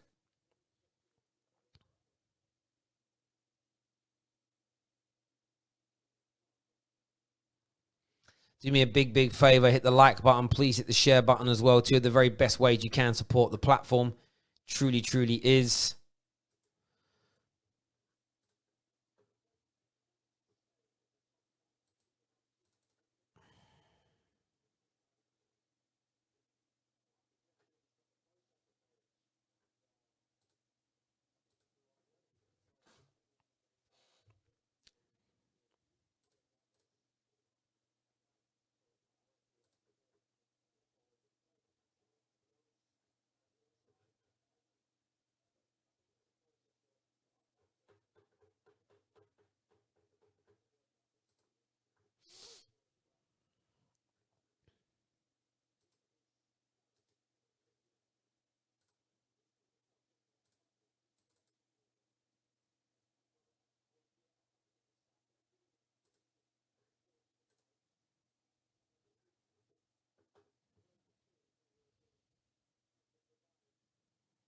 Good defending there. Good cover there by Bailly.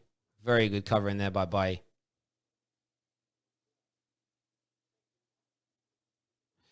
Terry, I've just shared to loads of people for you. I'm a regular here and love your channel. Thank you, Freddie. I appreciate that, bro. I appreciate that a lot. It means a great deal to me. People sharing the stream, getting it out there. Terry, gaming, you keep asking about Romero being the best number 2 in the world. I've already said yes. But you asked a question about 10 times.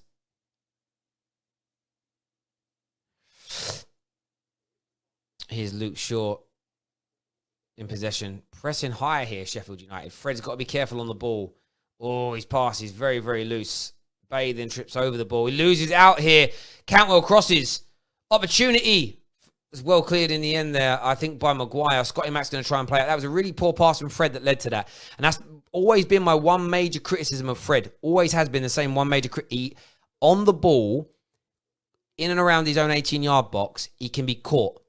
And Bailly wasn't particularly great on the ball there. Bailly caught out massively. Cantwell then crosses. If it wasn't for... Again, and this is where... Do you know what it is? I'm not even having a go at Bailly and Fred there. It's a notable mistake from both of them, right? You notice how like a lot of the haters of Maguire rate Bailly and rate Fred. Oh, here we go for it. Here's Mata. He's got Lingard on the inside of him. He finds Lingard. There's no one on the overlap right now. Luke Shaw is just arriving. Lingard goes onto his right. He shoots at deflect, and it's going to be a Manchester United corner. You know, I want to see these Muppets who love Fred and love Bailly, and there's nothing wrong with loving those two guys, but I want to see these Muppets come out at the right times and be like, do you know what? In fairness, man messed up there. In fairness, we need to criticize that guy. But they won't. That's what they've got to remember. That's why people get annoyed at them and people don't listen to them anymore when it comes to their opinions. Well, much on their opinions on football is because they're just so damn biased. Ball crossed in here. Oh, not a bad little header there. Back of there across by Maguire. Agallo challenges for it.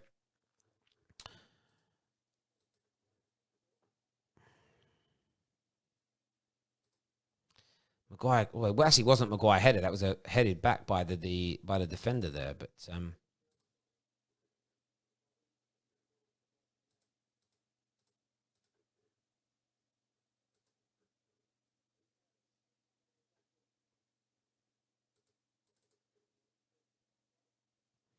Norwich trying to come forward here. Playing a bit of ball here, Norwich.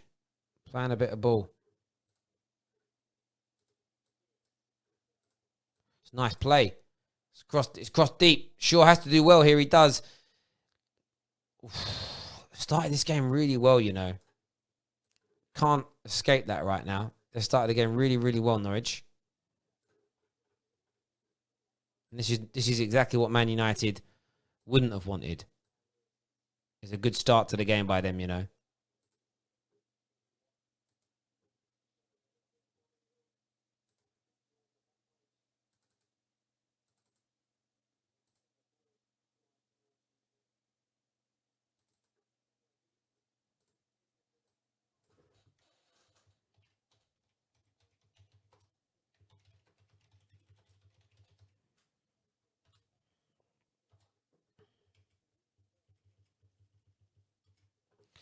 Still 0-0 though. Is there 5 subs allowed? I think so. I think there's 5 subs allowed in all domestic competitions between now and the end of the season. Luke Shaw gets there and gets a good cross in. He's fouled though. Is he okay? He's getting up. Needed 10 minutes on the clock. Not a great start to this game so far. It's got to be said. Not a great start to this game so far. Norwich have come out and tried to play though, which is good for Man United. It's been one of the things which I've always said is a good thing for United when playing Norwich, although it does worry me because they play good football. But one shot from Man United so far, none from Norwich for everything they've done.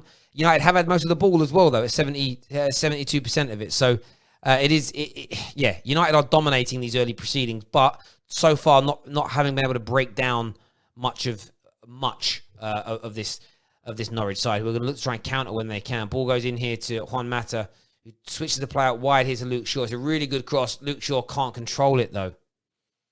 Lets himself down there. See, those are the problems. That's a quality thing. That isn't a system thing. That's a quality thing. The ball's whipped over. It is a fairly simplistic piece of control that's needed, but he's not able to do it.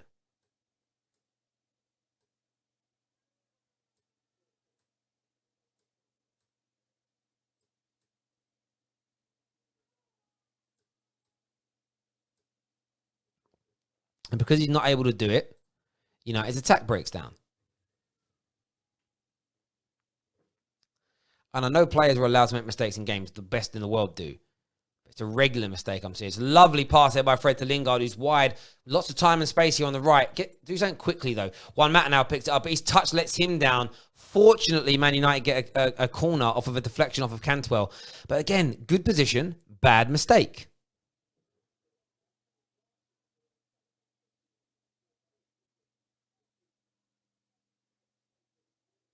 Good cross into the box here. It's cleared.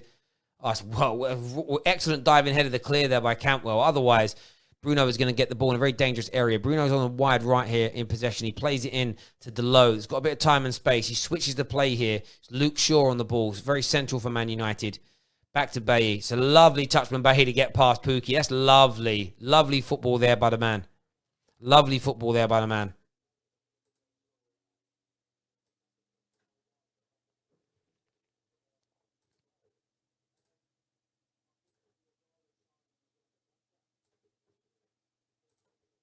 Here goes Jesse Lingard.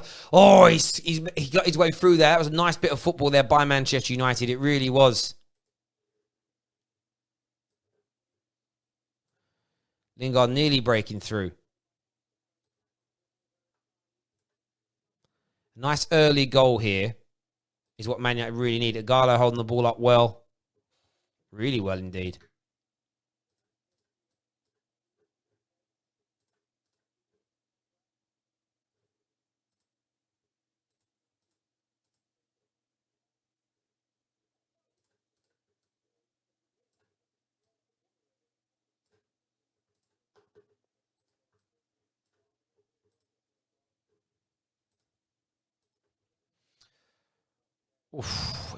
Good block in the end. Lingard's shot didn't have much power on it at all. But, as I say, encouraging start. Definitely an encouraging start.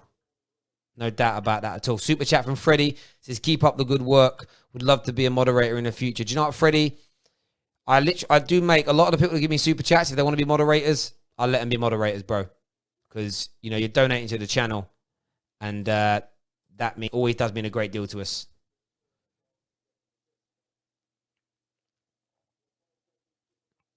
Norwich coming forward. Cantwell on the ball here on the left-hand side. Juan Mata and Scott McTominay chasing after him.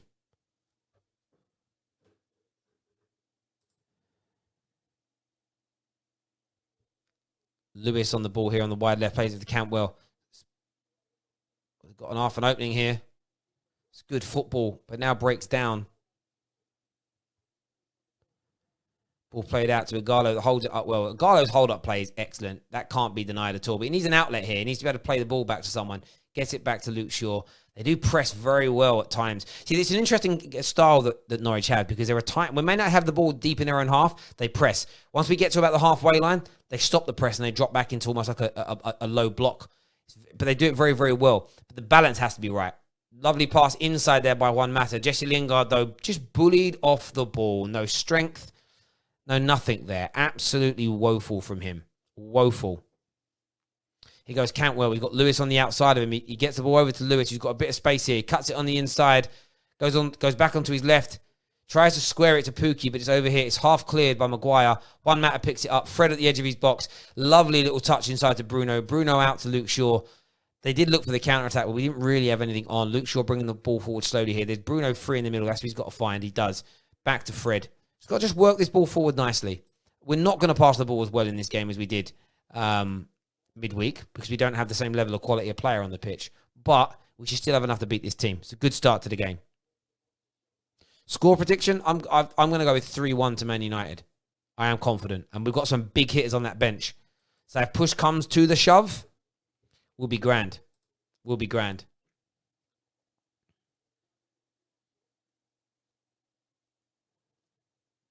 United's taking a little bit of a breather here. Passing the ball around the halfway line. And it's smart to do that. What they're looking for is to try and drag a few players out. Or Bailly goes for a through ball there to Agallo. So actually not a bad pass. Just him and Agallo not quite on the same wavelength.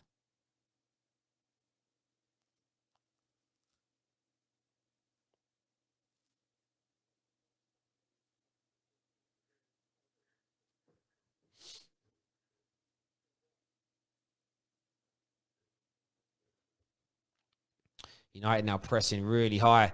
Nearly winning the ball back. Ball has to go back to Tim Krul. He has to just boot it long. Really good pressing there by Scotty Mack. Delo now picks the ball up. Play it out to Maguire. That's nice football. Now Maguire's going to come forward. He finds Luke Shaw out on this left-hand side. Luke Shaw hasn't really got anywhere else to go but inside. Needs some more movement centrally for him. There isn't a great deal of movement from the players now. And that's what, again, just quality. Levels. Watching from Kenya. That's for Jeffrey. How you doing in Kenya, my bro? Where's everybody watching from right now around the world? I'd love to know. Be amazing if you could let me know where you're actually watching this game from. Be great.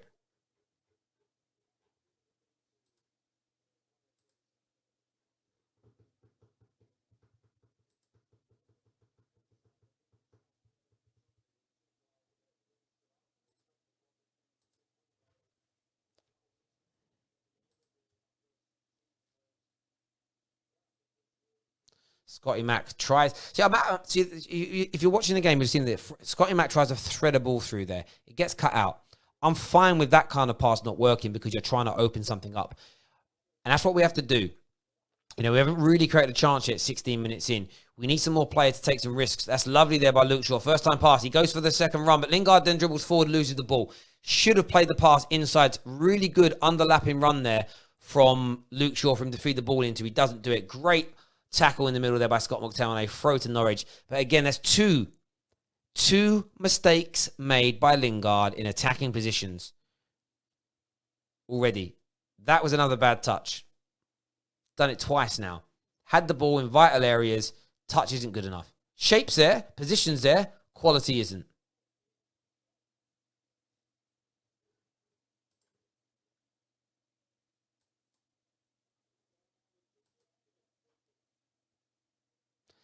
Norwich are coming forward again here. Norwich have got an opportunity. It's crossed. Delo gets it away.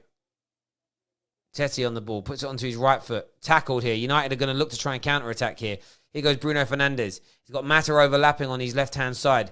He's got a run being made by Agallo. Lovely pass made there by Bruno. Agallo's got half a chance here. Oh, he slips himself in the end. Going to go out for a throw-in. That pass from Bruno Fernandes. You see, we need someone with quality in those positions. As soon as somebody who can pass the ball well passes, it's done.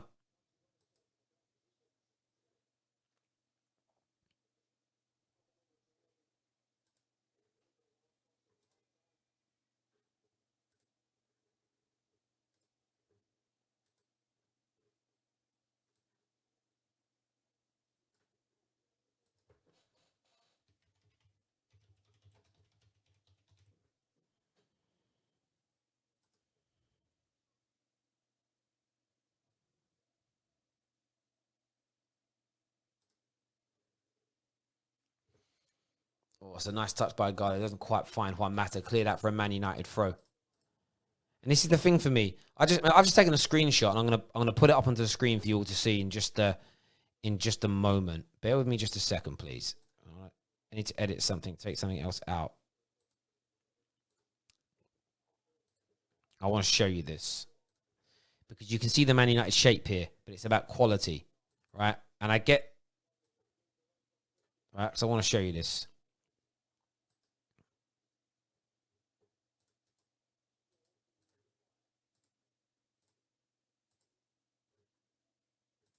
Right, so we're going to go across to this here. So this here was that attack that Man United just had, where Lingard had the ball. You can see Lingard in the center of the field. He's on the ball as an example. Now I'm going to try and add a widget to this to see if I can make this work right. I'm going to add the whiteboard widget.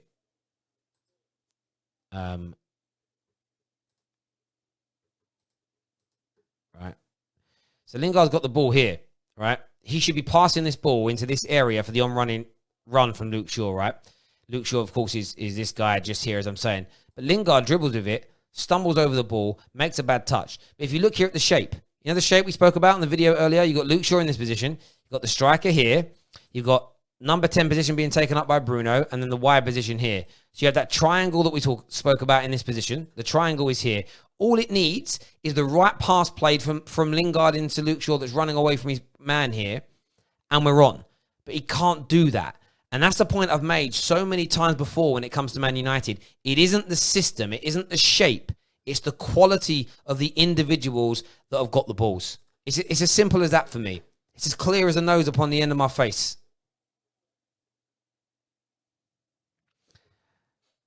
And these are the things that need to be highlighted in games. You know, we can't have people chatting nonsense. But I didn't take a screenshot of it, but he made another mistake like that earlier on in the game as well. A nice dribble that led to a half a shot from him that was blocked. But he had the ball twice now in nice position with a fair bit of space, and he made the wrong decisions. He had the ball out wide on the left. On the right? Did he cross it in with enough time? No, he played the ball back.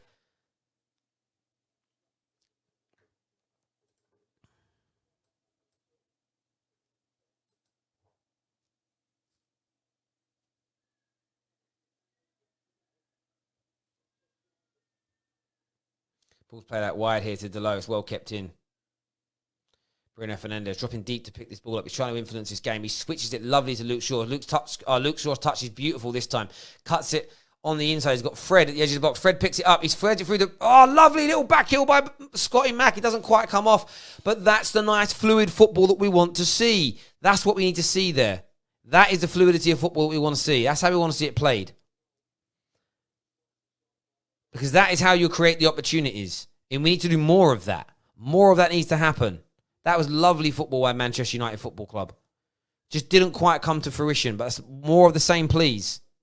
That first touch football is imperative for this system to work.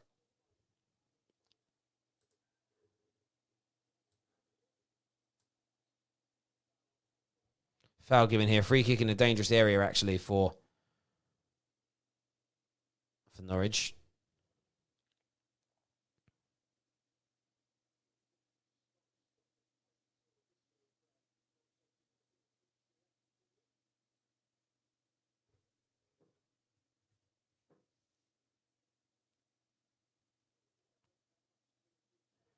Got to defend this well.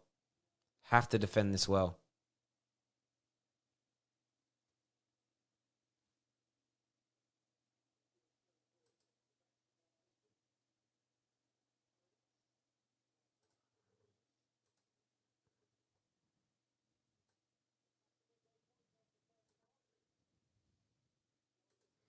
Well, it wasn't crossed in well, so that's a touch. Got away with that. First drinks break of the game. Not a good start, really. Not a good start by Man United overly. I want to see a lot more from us, to be frank.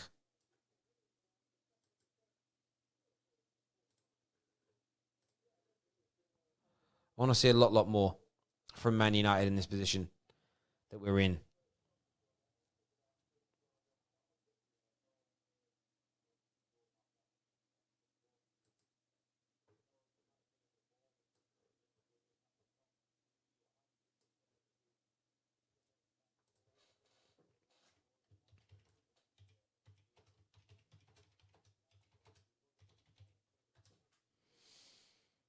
There we go. Right.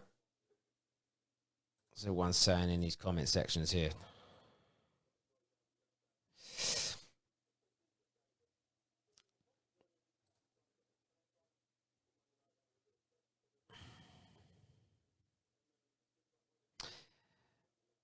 Lincoln said, Lingard's every move looks like he's trying not to make a mistake because he knows that United fans will react to him online.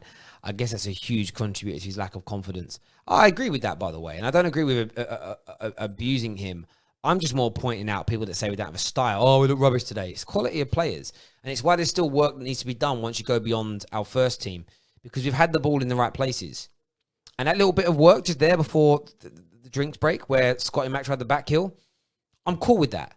You're trying, your attempt didn't quite come up at your try saying. Where I get annoyed is if a bad touch lets us down. If you delay your pass and get tackled. You know, if you go for a simple cross and it's overhit by a mile. I'm cool if you're trying a threaded ball and a defender just cuts it out. Because that's like fine. That's fine margins. I want to see that attempt. The problem is when we're not even getting to that point because your touch is too bad.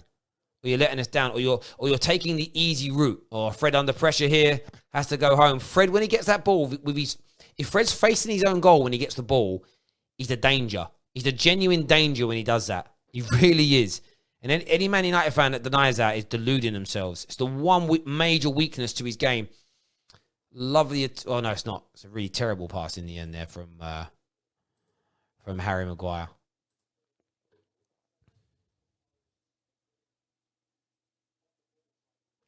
Indiana says, you can tell that the difference is standard between Bruno and everybody else. Yeah, of course you can. Of course you can. And that's the... Oh, I love... Oh, see, Bruno tried to pass just there. That was cut out. And I'm not going to blame him for that because it was a good attempt. But you see, he'll try that pass 5, 6, 7 times a game. One is going to come off and it's going to put us in an opportunity to score. The problem I have is the lack of quality players we have can't even attempt those. I don't even think that those players... I think some of our players can't even see those opportunities. They don't even see those opportunities.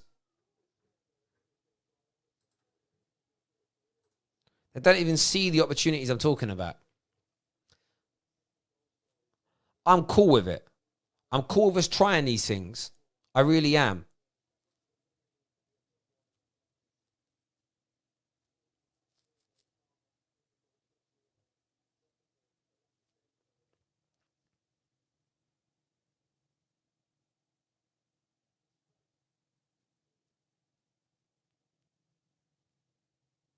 It's lovely by Delo down there on the right. Oh, Agala goes for a return pass, almost comes off.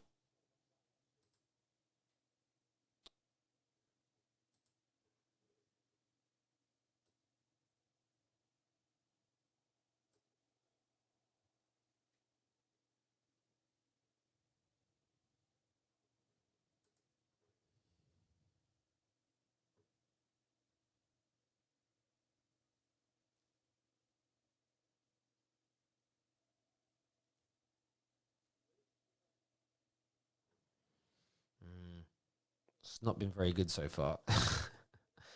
Really. But maybe it's what we expected. I still think we'll come good. It needs a goal. Man United need a goal more than anything else right now.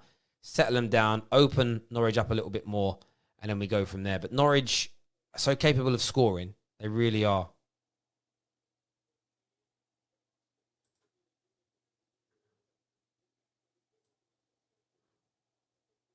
No foul given there on Fred. Norwich are coming forward. It's a shot. It's well over the bar, though. United get away with that one. Get away with that one, really.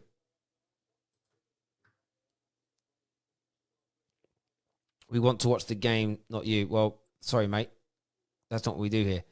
Terry, most important, most players are static around the box most of the time. Yeah, mate, and that's the thing of quality. See, people think running. I remember having that debate in Fan Park Live with where Have Hope was laughing at running, and me and Devo just took him to school on it. Movement, running is so important. Here goes Luke Shaw. He's got Lingard on the inside. He's going by himself. He gets right into the box. See, even then, Luke Shaw, good run, but he took an extra touch, and that's just a corner. Could have hit that ball with a lot of venom and pace right across the edge of that 6-yard box, and we had 2 players there that were ready to just try and stick their foot on the end of that and tap it in. But he dilly-dallied. That isn't about play. That isn't training and coaching. That's a player. I don't think you can coach that. Bruno Fernandes is about to make this cross into the box. Big slabhead is in there. It's in. Bay gets his head to it, but that goes well over the crossbar. It's a very difficult angle for Bay to try and score from. To be fair, he had to crouch down very low to get his head onto that ball.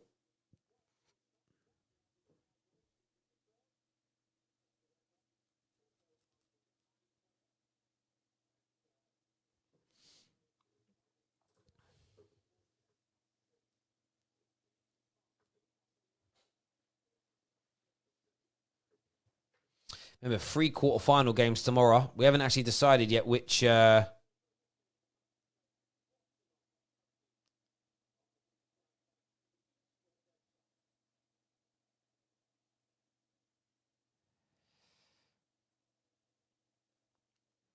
We don't know which one we're actually going to cover yet. But we will be covering 1 or 2. It's just the only difficult thing with all these games being in short succession. I'd like there just to be a game a day. We can cover 1 a day, it'd be amazing. But it doesn't quite. See, we have it tough here at this channel because we cover all top 6 teams. So we're trying our best to circulate across them all.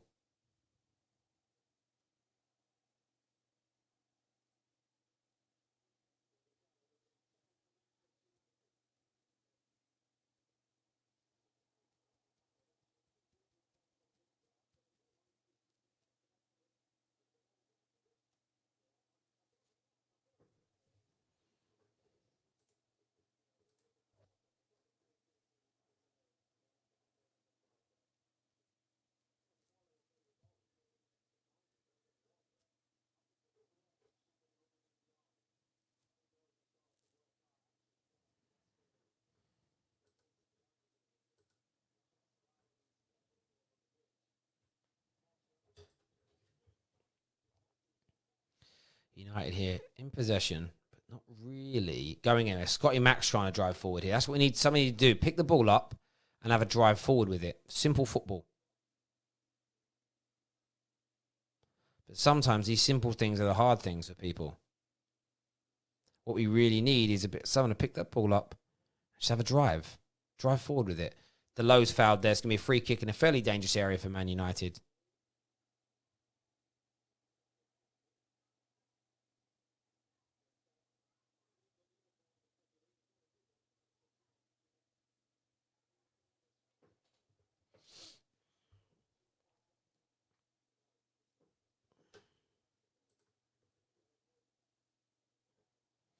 I'll be watching all the games tomorrow, peeps. I don't know which game we'll be covering. I've got to work it out. Harry Maguire knocks the ball back off. Scott McTominay gets the ball.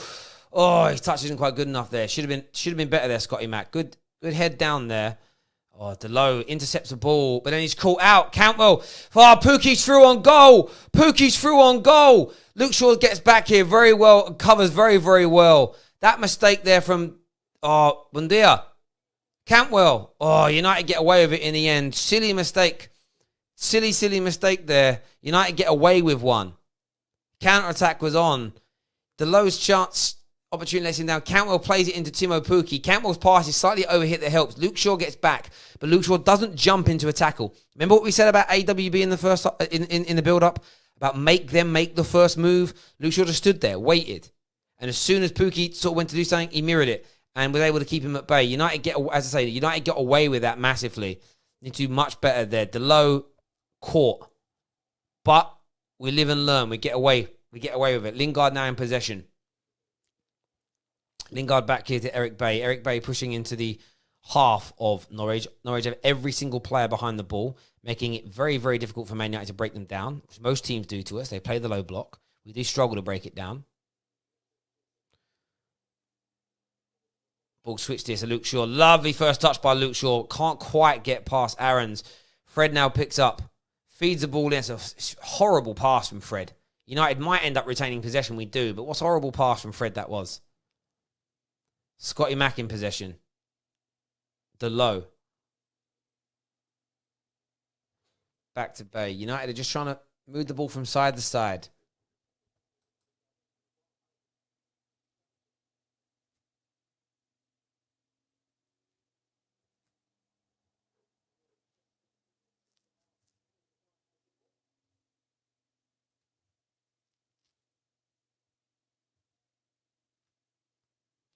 Fred there with another awful pass. Trying to find Lingard. Can't. Lewis clears. There's nice pressing there from Lingard. Don't foul him though, Lingard. He's done all the hard work. Don't foul him now. It's just pointless fouling them. You see? Because now we have the ball back. If we'd have fouled them, the pressure would have been off.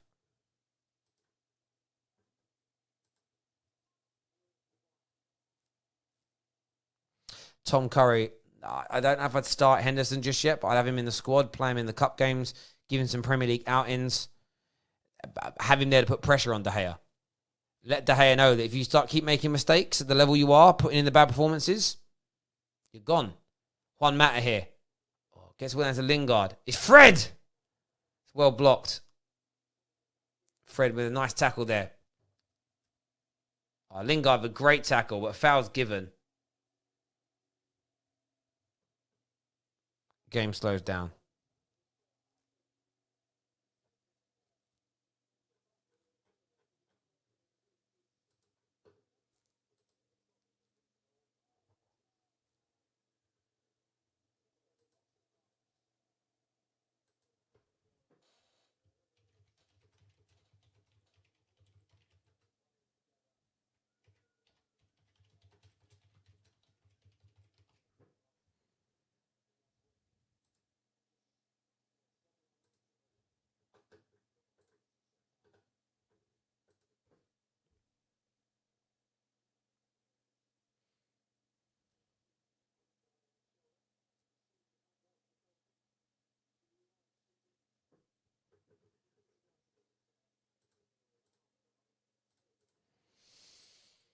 United need to give a little more here. United need to give a little more here.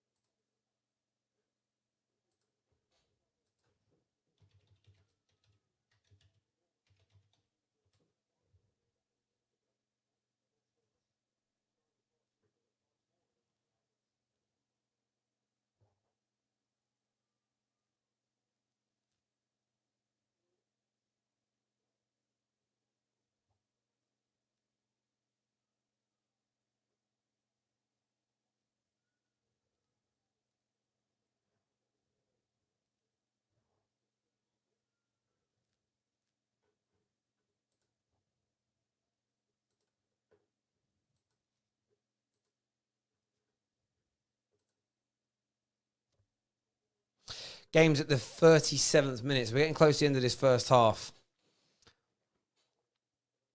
So if you notice how we play this team and we start to look like the Man United team that was struggling for so much of the season under Ollie.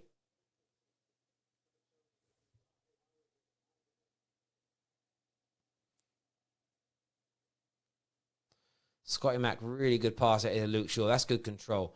And he needs someone to come short for him. He gets it from Bruno. Bruno's pass is cut out, but he wins the ball back. Bruno here back inside to Fred. Fred may not get there. Oh, it's a bad pass from Bruno. Lovely from Eric Bailly. Good bit of skill. Finds Juan Mata. Juan Mata to Bruno Fernandes here. He's very wide on this left-hand side. He's coming forward. He's got options on the inside and out. Oh, it's a really poor pass there from Bruno. It doesn't come off for him. Really poor pass.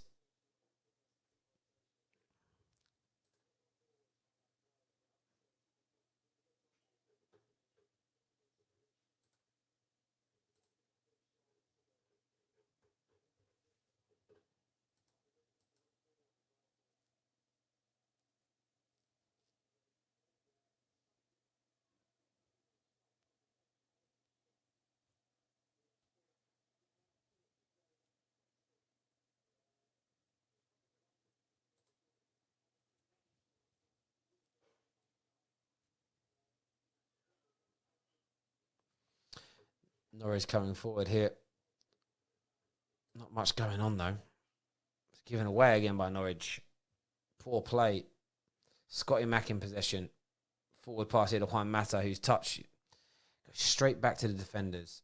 Eric Bay finds Delo out here wide on the right-hand side. He's having a go at Aaron's. Lewis, gets a decent crossing, but nobody there at the back post at all. Lewis, not Aaron's. Lewis plays on the left. Maguire heads the ball down here. Fred's now picking it up.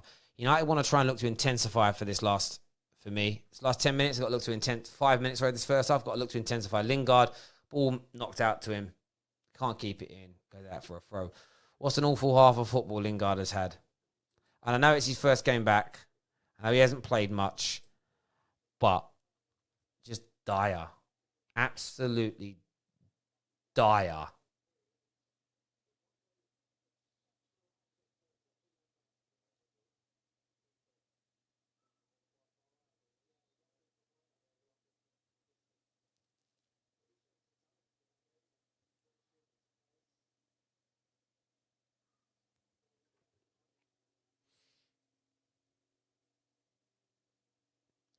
Oh, Cantwell's hurt himself. It wasn't a foul. He's just slipped.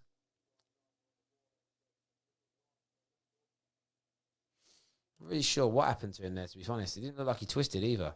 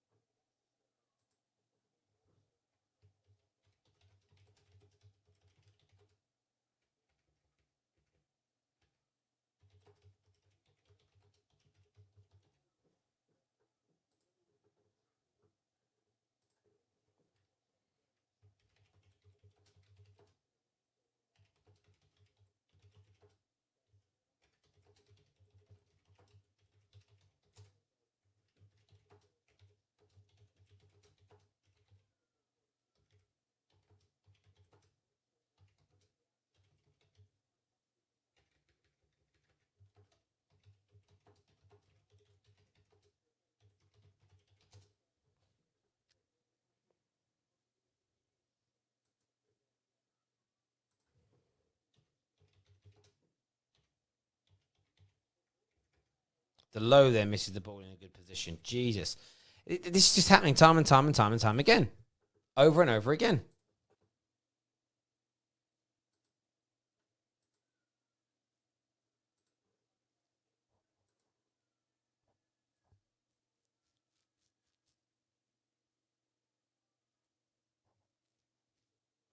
See, I don't think the double pivot with Scott and Fred is the issue so much. It's the attacking players for me. Because we're controlling the ball. There just isn't the movement. We've had what we had in this game. We had like 70% of the ball.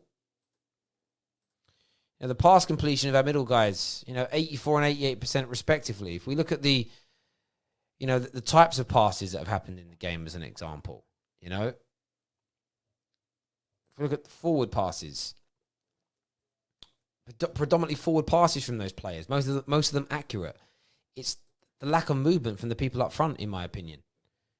Here goes Cantwell down the left, though. Good opportunity here for Norwich. He goes by himself. He crosses. Oh, they're in. Oh, good block there by Maguire. Thank God for that, as that's going in. Here goes Max Aarons. He crosses. Maguire cuts that out. Luke Shaw gets a block in from Buendia's shot. Cantwell shoots over the crossbar. United then nearly getting rocked. Without Harry Maguire. Honestly, without Harry Maguire, we'd be 2-0 down in this first half.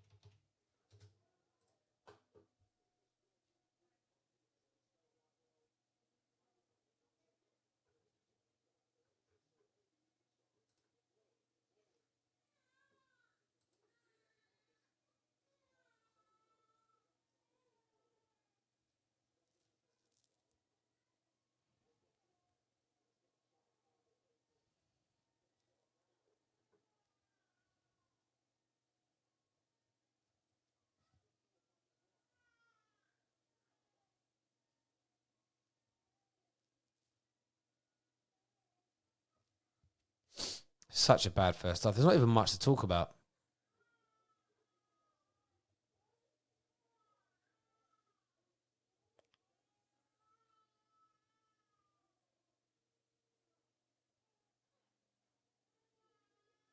Lingard loses the ball again. Maguire and Luke Shaw have had respectable first halves. Apart from that, I can't be dealing with anybody else. It really ain't good enough.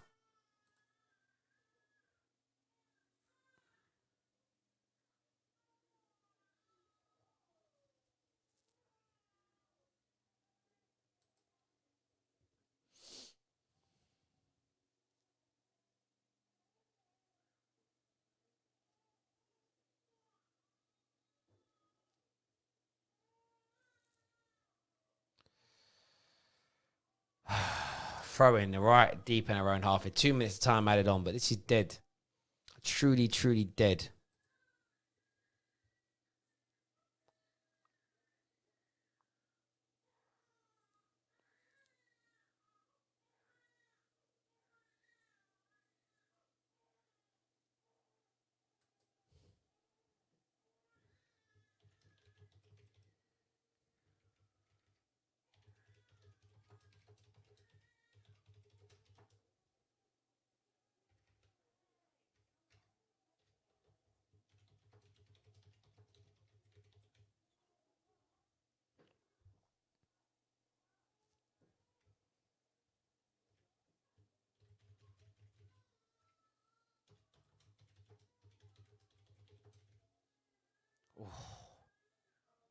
Mata. Lingard shoots over the bar. You knew that was coming.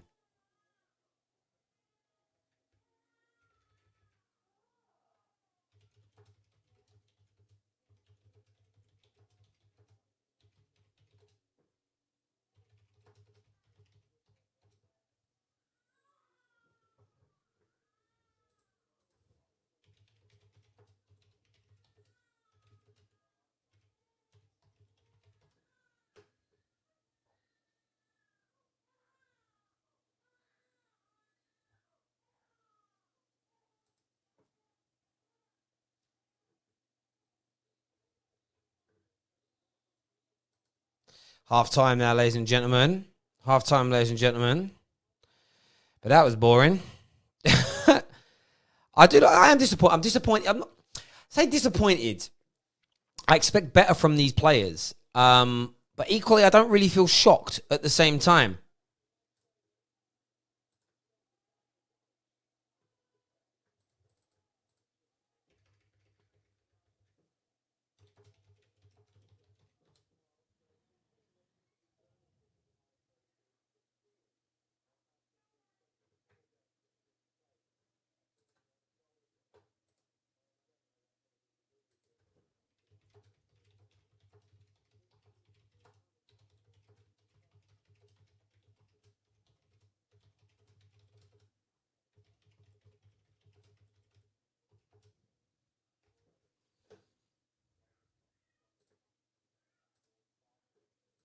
That's such a poor first half, though.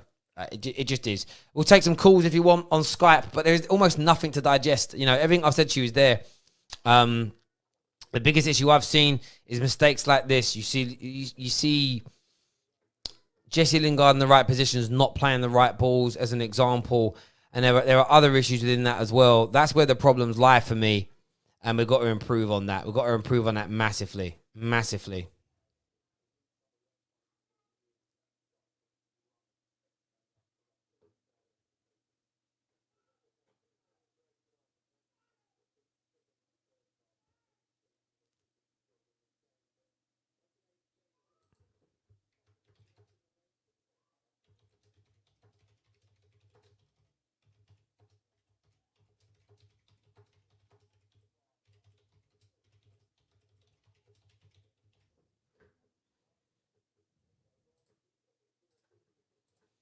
Just frustrated. Just frustrated with this. Oh, sorry, my nose is itching. Terry, where was the reaction? Well, the thing is, my view is this. I don't think some of these players out here have the ability to react. And what Norwich have done is very, very important. They've given very little space to Man United when we've been attacking. And I just think, look, Agallo's a good player, but he needs service. He's not getting it. Mata, over the hill. Lingard, he never got up the hill, but he's dead. You got Fred and McTominay. I said this the other day about them, and I stand by it. They're good if we need them to break up play. When it comes to the creative spark, they're not going to do it. They're not those kind of players. So we've got Bruno out there that's creative. It's not enough.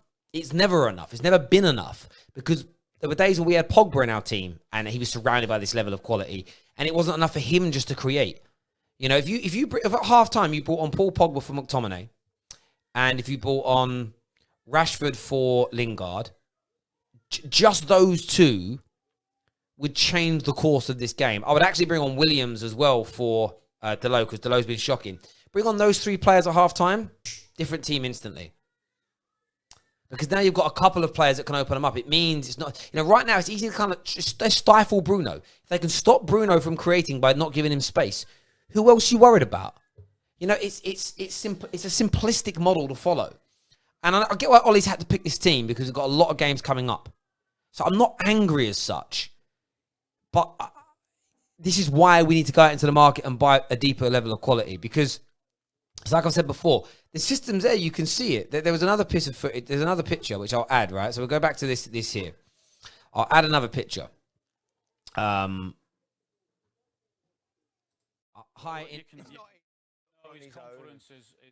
One second, Deanna. I'll get you one in a second. Sorry, I've got the stream plan on here as well. Are you there, mate?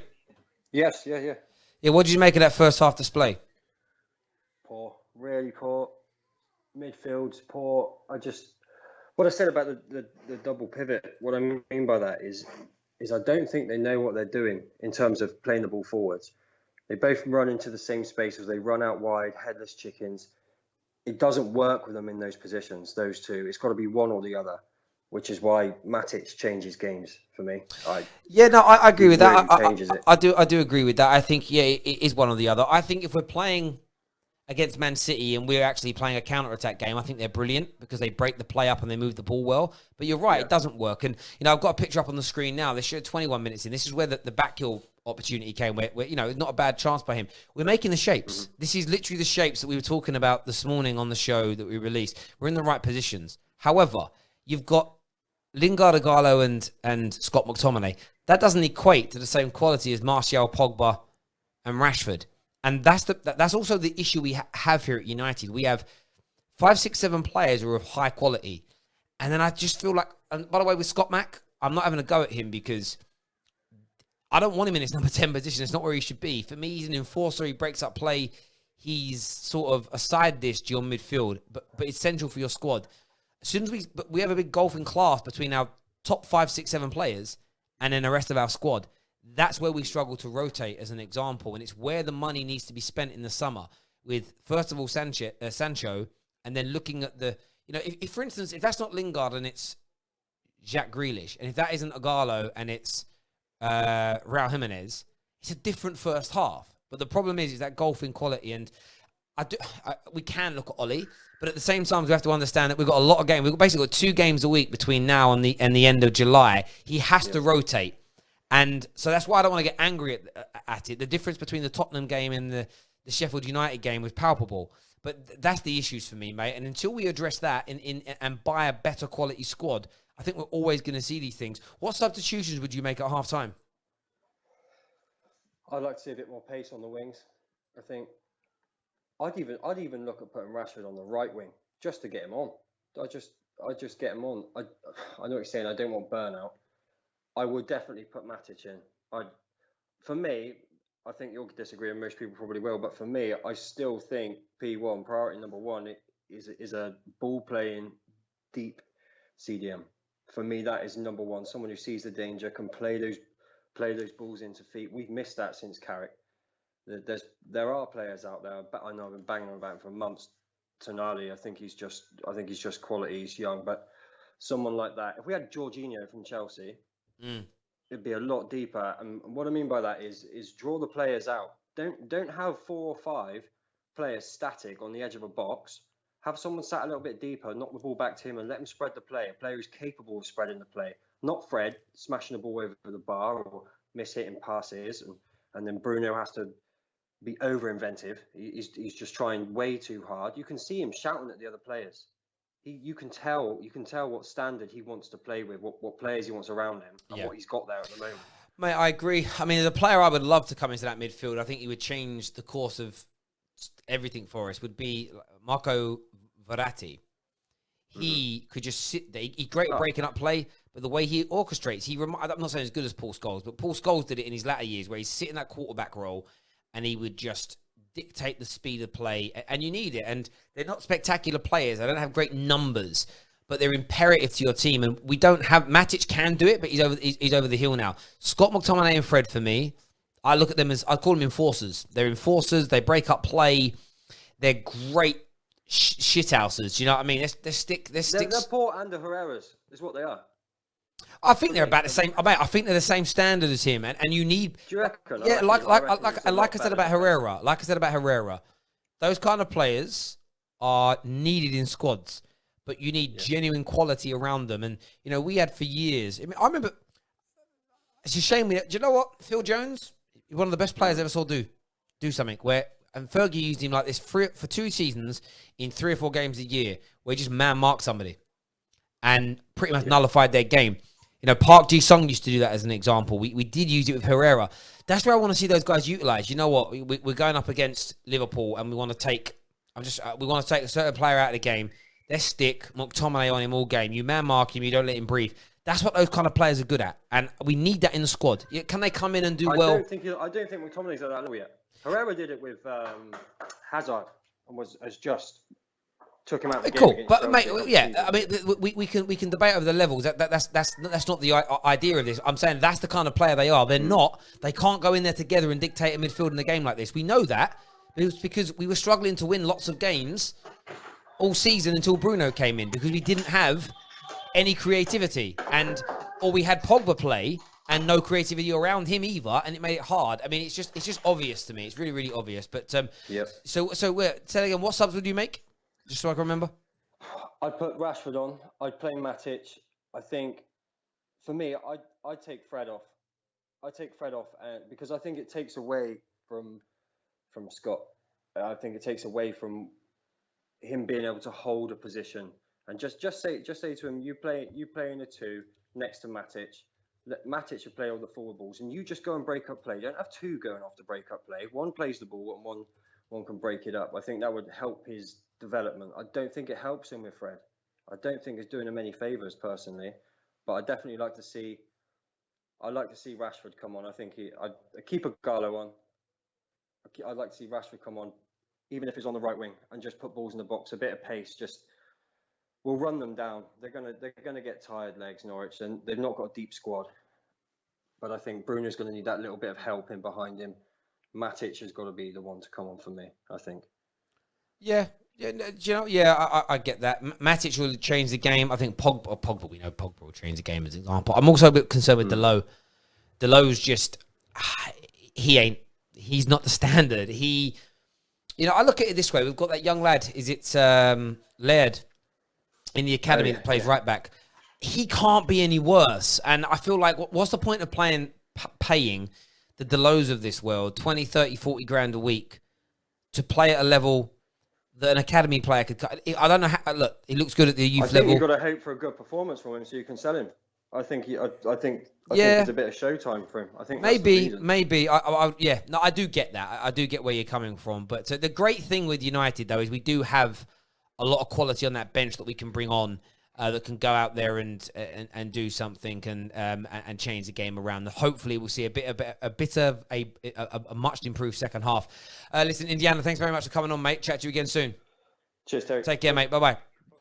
If anyone else wants to come on, please call the show. Would love to hear from you on that. Would love to hear from you guys, what you're thinking, what you're feeling. Intrigued to know.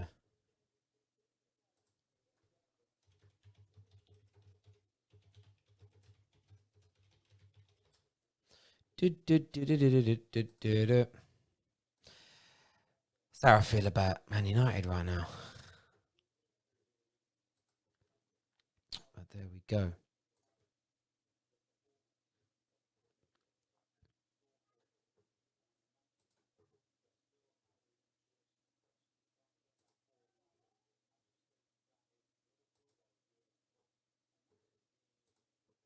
So I'm just reading something. Okay, 1 second.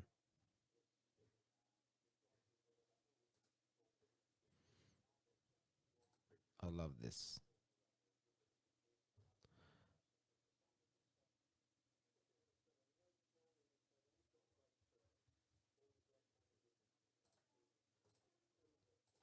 Sorry, just reading something. Someone's making me laugh on Twitter. They chat so much BS. It's unbelievable. Louis Silver here says, I think Ollie will give them 10 more minutes and then bring on Pogba, Matic, Rashi, and Greenwood. Maybe that could happen. That could happen. According to FootMob, Delo has been the best player on the park. Who's that? Who the hell is that? What stupid person on the website is that? In terms of like Delo's been average at best. In fairness, United don't have a player other than Maguire. They don't have a single player that I would put above, that I would say is above a 5, above a 6 out of 10. Maybe Maguire 6.5, something like that. Like it's been that poor. Like seriously, it's been that poor. No doubts about it. But yeah. There we go.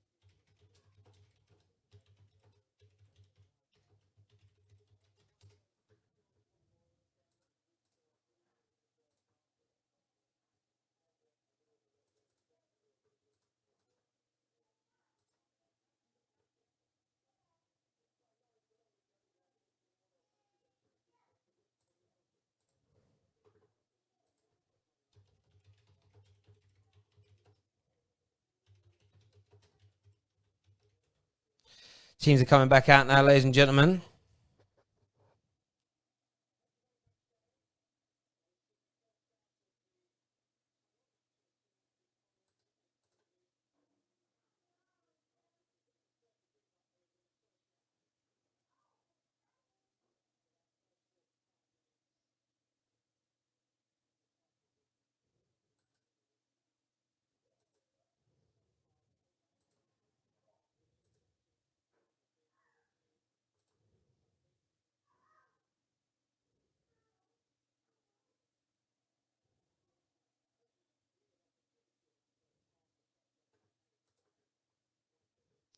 Game's about to kick off. No substitutions have been made yet. Ollie doesn't really do the halftime substitutions, which I do find a bit frustrating, but there we go.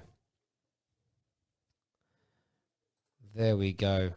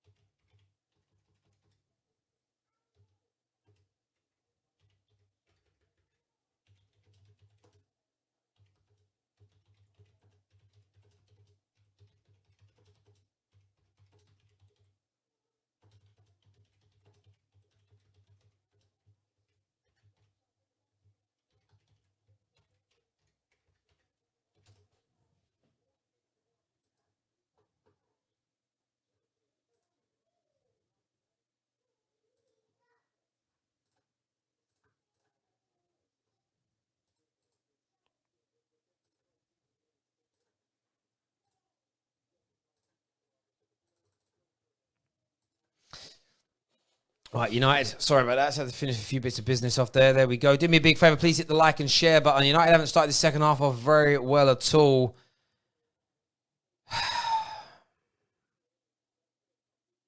Norwich almost scoring. Bruno coming forward here with the ball. Plays it into Agallo. Holds it up well. Where's the runners? Plays it out wide to Lingard. Lingard should win this ball. Just about gets his foot to it. Fred then goes into the tackle and wins it back. But still dead. Luke Shaw in possession. He's got Fred out to his left. He backhills it to him.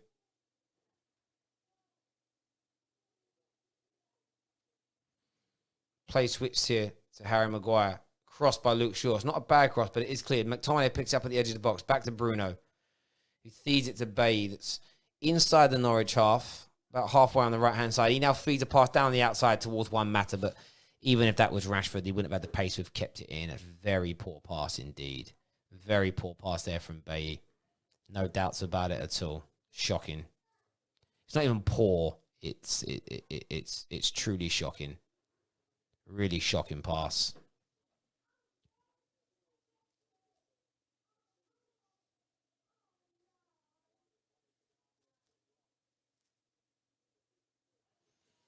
United trying to come forward again here. It's cut out. Juan Mata picks it up. Oh, Bruno tries a back heel. Doesn't quite come off. So again, I'm not really bothered when someone tries something special. It's fine. 48 minutes on the clock.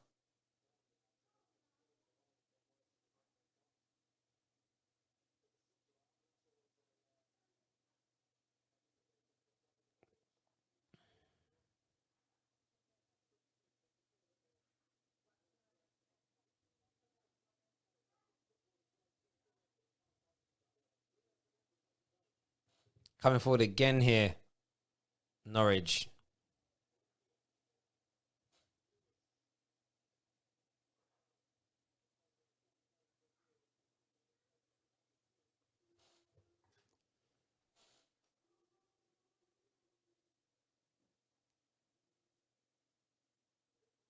Paul Pogba's now warming up.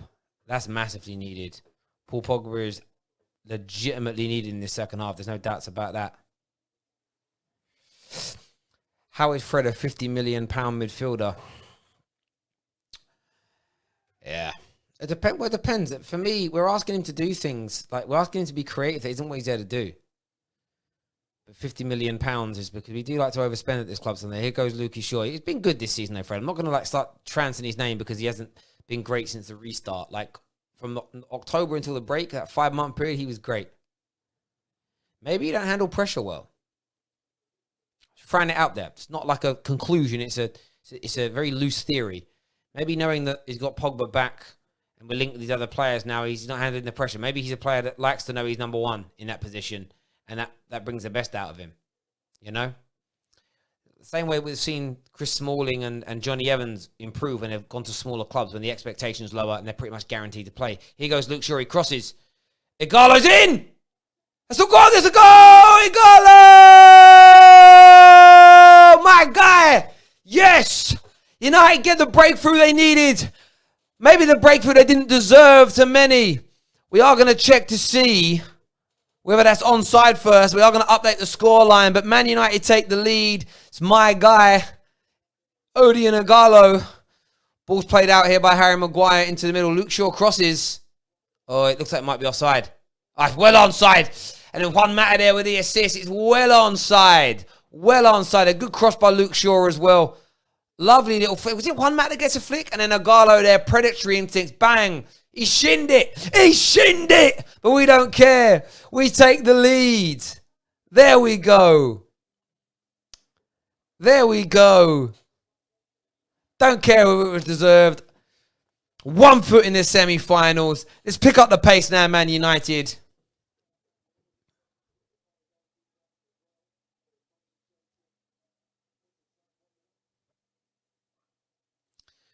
Another goal in his Man United. You know, she's dreamed of play here. I'm so happy for the boy. So happy for the boy. The boy Agallo. My guy. Steps up.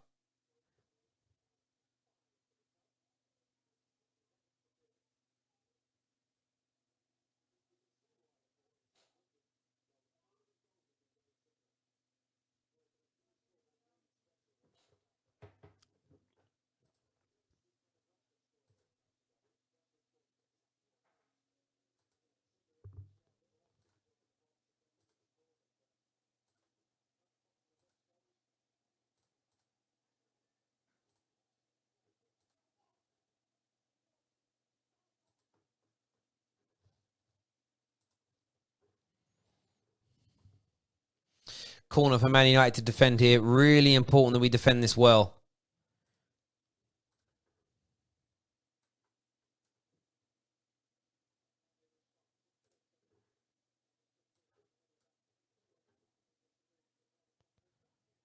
It's good that well defended again there by our guy Harry Maguire. It's cut back. It's well cleared there by Jesse, actually. I always give credit where credit is due. It's a good clearance by Jesse, no doubt. Can't criticize things that people do well. It's not the way we do things at the Football Terrace. Sorry, I deleted something. I didn't mean to delete there. Do me a big favor, hit the like and share button. Please download Hot Mic as well. Really important to us that you get that done. Truly, truly is.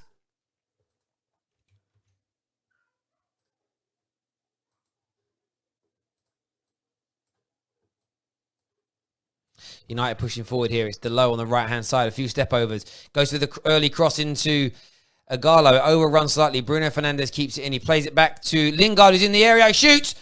Deflects. Oh, United get close there to another goal. Lingard there. It's a little bit of lack of confidence from Lingard.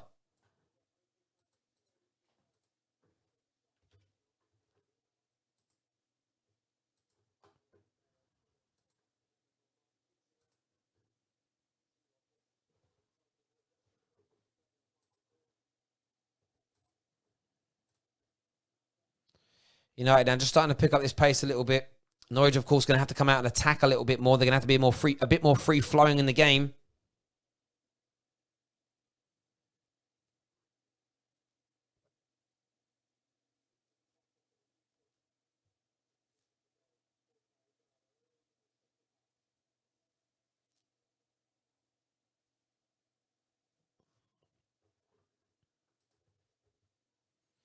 Norwich here with the ball.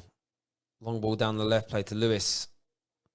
Eric Bailly there just looking a little bit erratic out of his position. Nice bit of skill there by Lewis, who shoots, hits Pookie, falls to Luke Shaw, who plays it to Fred.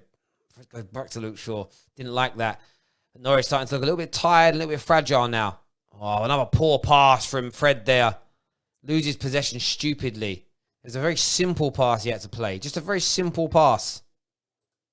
Can't make it. Scotty Mac, touch, turns. Dinks the ball over the top to Lingard. Towards Bruno, but that's cut out as well. Not a good enough pass.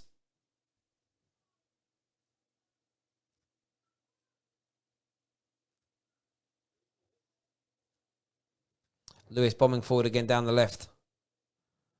Campbell, back to Lewis. Good tackle there by Delo. Bruno Fernandes picks a loose ball up. Just moving down the right-hand side slowly. No one really making a run, so he has to come back inside. The lack of speed and energy in this Man United team today.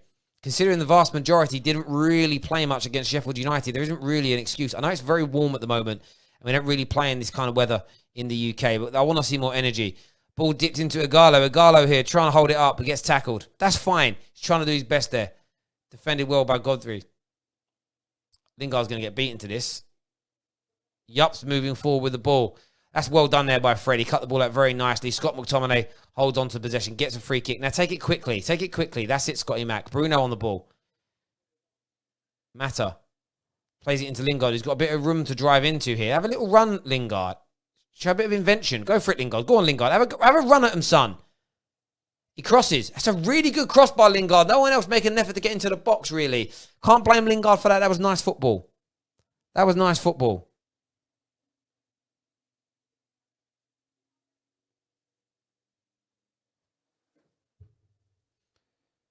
United coming forward again. Bruno finds Scotty Mac. That was nice. Hopefully that gives Lingard a little bit of confidence. Fred now on the ball. Fred moving forward. Fred's going to feed it into Lingard here. Lingard picks it up. Can he beat a man again? No. Plays it to the edge of the box. Scotty Mac. Scotty Mac's going to try and line up a shot. He can't. Fred. Bruno. Bruno goes for a first-time pass in. Loses possession. Counter-attack opportunity here for Norwich. Timo Pukki's running. But Bruno's tracking him back hard. That's nice. A great tracking there by Fred and by Bruno. Bruno makes Pukki cut back, and then Fred's there to pick the ball up. Opportunity to go forward again. Bruno into Juan Mata. We need to bring some pace on, Ollie. Some pace needs to come onto this field of play right now. Ball switched here. Lingard picks it up. Lingard is looking tired. Luke Shaw whips it. That's a really poor pass there by Luke Shaw. Yup now brings it forward. Fred wins it back again. Game's starting to open up now. Nice pass out wide here by Scotty Mack. It's Delow on the board. Delow goes for the low cross. That's well cut out there at the back by Closer. Now Bruno goes on the inside. Bruno feeds it in to Fred. Not a bad pass, but it's well marshalled out there by Closer. And that is a goal kick to Norwich. Nearly 60 minutes on the clock. Ollie needs to think about making a substitution soon. They go back to look at this. And I don't know why they're questioning whether it was offside or not. It can't be. Aaron's was playing him well onside.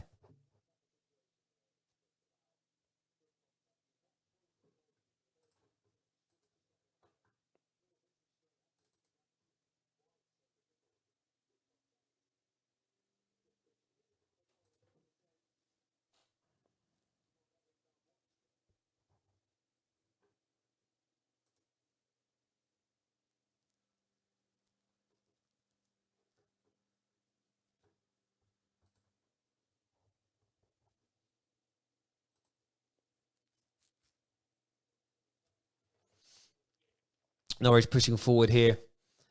Lewis down the left-hand side. They're really starting to open up an attack, Man United. It's why we need to bring the pace on. Timo Pukki. What can he do here? He's got nothing on. Max Aaron's joined the fray. They've got 5, 6 players now in the box. It's cross. Well cut out there by Maguire. Fred brings it. This is why we need some pace on the field now, because our pacey players could slap them on the counter.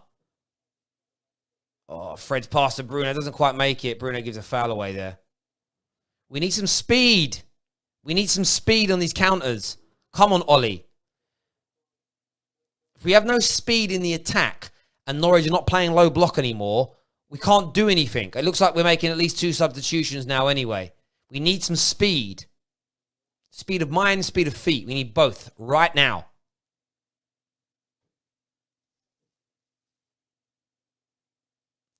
Buendia. Max Aaron's cut out. Harry Maguire has had an absolutely top game again. Top game again.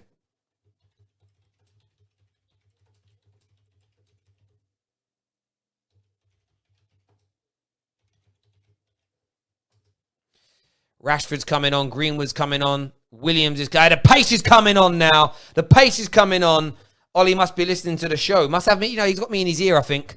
I've got to listen to see what Tell's saying. See what Tell Lewis thinks of this game. And we'll go from there. The pace is coming on now. Norwich are done. Norwich are done now with the pace coming on, bruv.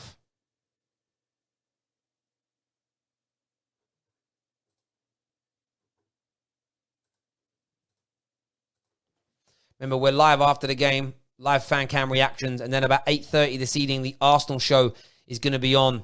Big show tonight. Hosted by the one and only Adam Charles. So make sure you're tuning in for that. Make sure you're back in the show later on tonight as well, please.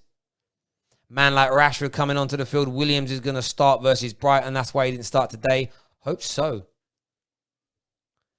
Remember, Williams is right-footed.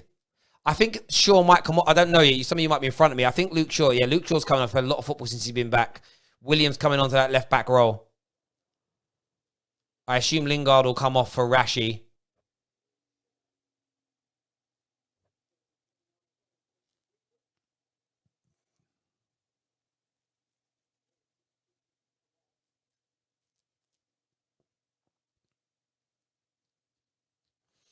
Yup has also been taken off for Norwich.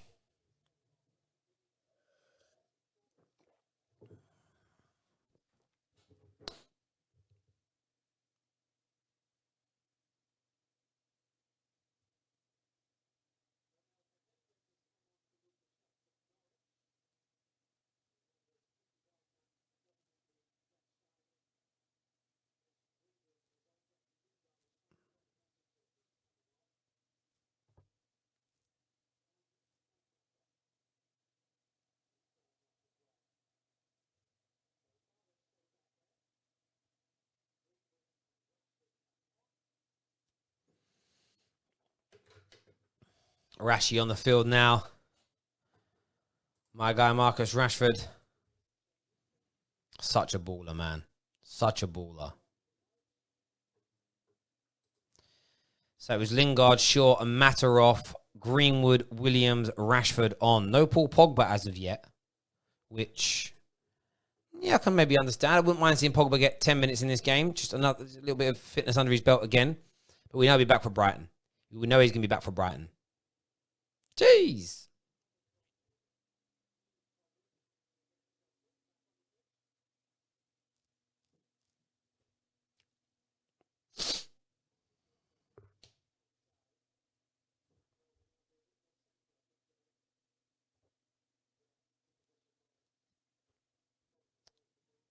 Oh, it's a foul there. Garlo's head's been hit there.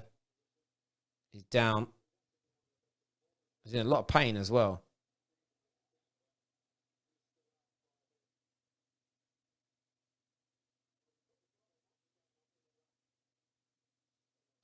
Ooh. Always painful, that. If you've never had a clash of heads on a football pitch, so sore.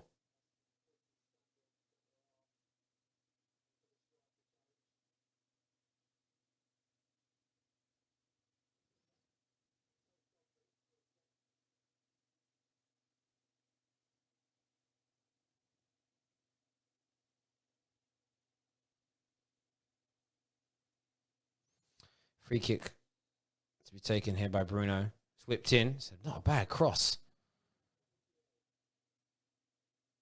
Igalo doesn't put his head into that one. Fred now with the ball.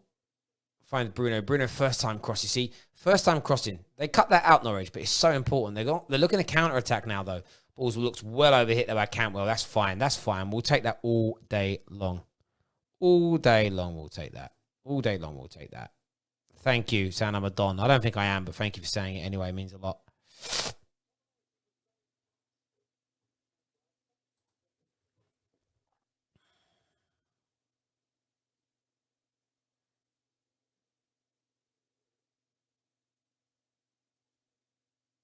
Scott McTominay, a really late challenge there on Cantwell. VAR will undoubtedly take a look at it. It didn't lift his arm or anything. It was just his shoulder. Scotty Mac. I love Scotty Mac. Seeing the replay here. Ooh. The great thing is with VAR is that if you don't get... Because VAR checks every... Actually, do they have VAR in the FA Cup? I don't even know. But yeah. That did look a little naughty. Looks a little naughty. But I'm not gonna cry about it. Nice bit of play out the back here from United. Maguire finds Rashi. Rashi touches. Who's he going to pass to? He gets tackled there. It's going to be a Man United throw-in. Mason Greenwood has really put some weight on, you know. He's put some, stock bulked up massively during lockdown. That's what I want to see some of these players do, you know. Be there in lockdown. Got a gym in your home. Of course you have. Be in the gym, lifting weights, strong, fit. Scotty Mac to Maguire. Maguire finds Eric Bailly. Maguire goes... McTominay switches the play. It's a lovely switch of play pass to Rashford. Rashford who picks this up. Now he's got some speed in his legs. Oh, is Luke Shaw still on? I thought Luke Shaw was coming off. I swear I see him walking off the pitch. Oh, well, he stayed on. It was obviously Delo that came off. Was it? Yeah, Delo came off. Fair enough.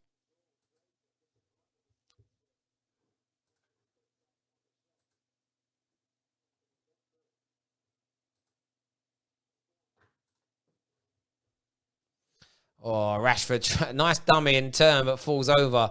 Norwich now looking to come forward. 23 minutes to go in this game. United do need that second goal. They do need that second goal. It's become a little bit disjointed since the substitutions, which is sometimes understandable. Everyone just finding their positions and finding their feet. But Norwich are going to come forward at some point. They played a strong team today. They're going to want to go through to the next round. Pookie played in here. Being held up nicely by Eric Bailly. Back to Max Aarons. Very high up the field here. Here's Buendia. Gets the ball cut out, but it does come back to him. Here's Tete. Got Lewis over here on the left-hand side who's now on the ball. Goes left, goes right. Mason Greenwood standing him up well. Forced to go backwards. Who's passed in here? Oh, nice run by Buendia. Williams stands up strong. Nice little block again there. Mason Greenwood loses the ball in a dangerous place. Cantwell shoots. That's well blocked by Fred. Well blocked by Fred. Mason Greenwood was trying to break out, and I don't blame him for doing it, but he did run into trouble. He'll have to learn not to do that.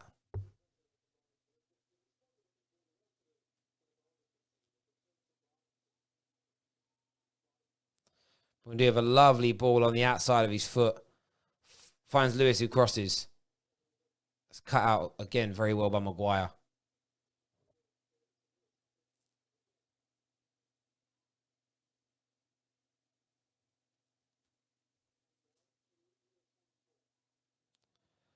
That like a good tackle there from Greenwood. They're giving that as a foul. Mad.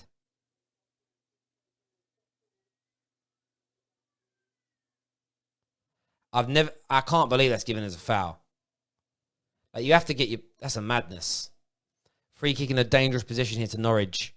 69 minutes on the clock. United defensively so far have been pretty much impeccable. Be frustrating to concede from a set piece here. Ball's whipped in. Oh my God. I think it was actually the Norwich player that stopped the ball from going in. I think it was Max Aarons on the line who stopped it from going in. That should have been the equaliser. Their own player blocked it off the line, I believe. Wow, how important could that be? How important could that be? Madness. United hold on by the skin of their teeth. Skin of their teeth. Teti coming. That's going to really, really encourage Norwich. Well, one back there. Williams here to Fred. Fred's got a man on him.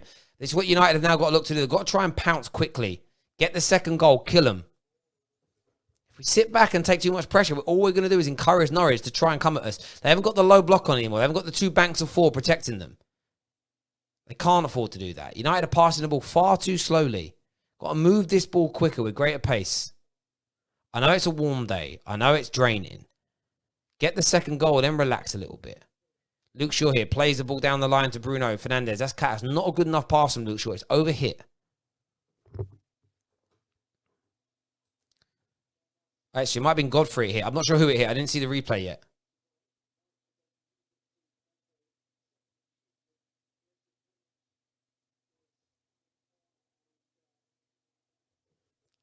They still haven't showed a replay yet. It was either Max Aarons or it might have been Godfrey. I'm really not too sure which of the two.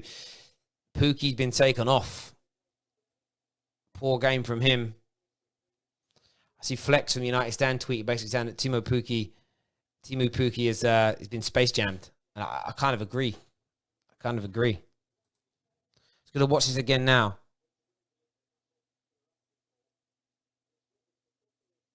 In fairness, was it going in? It wasn't going in. It wasn't even going in. So, no, it wasn't lucky. It wasn't even going in. No, it wasn't going in. So, at first, I thought, yeah, that's lucky.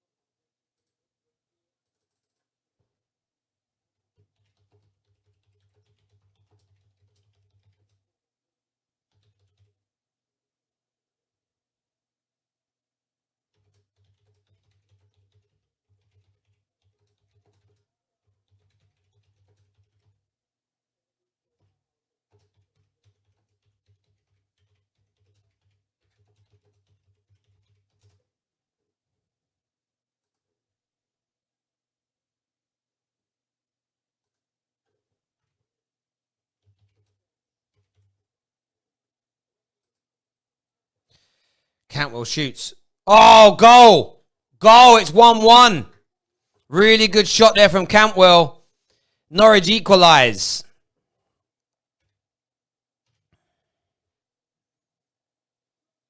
Poor from Man United. In fairness, that's deserved. Genuinely deserved.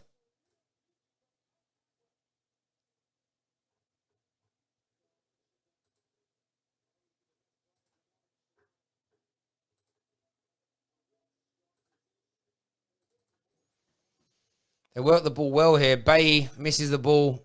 Sent across here. Put across to Cantwell. Oh, good shot. Fred should be closer to him. Oh, very good shot, though. Yeah, very good goal. You can't do much about that. First team to score against Man United since January with a genuine attempt that hasn't been a goalkeeping error. So, listen, I take that. But it's been coming for a while now. It's been coming for a while.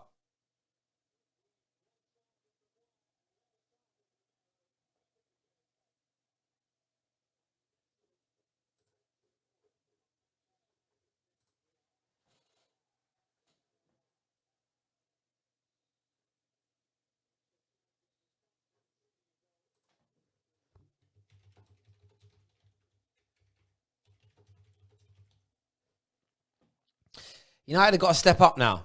United got to step up now. We made the substitutions and we didn't kick on. We were moving the ball too slowly. Now got to step up. Remember, this can go to extra time today. So we don't want that. We don't need that. Our players don't need an extra 30 minutes of football. With a better team on paper, but you've got to make it count. And I think we've been too lackadaisical today. Here's Scotty Mack. Plays the ball out wide here to Williams. We have invited far too much pressure on ourselves since some substitutions. Greenwood, Igalo, lovely. Oh, nearly broke through. So that was better football. That was better football. But now Norwich looking to pounce down the other end. United win the ball back. Here's Luke Shaw.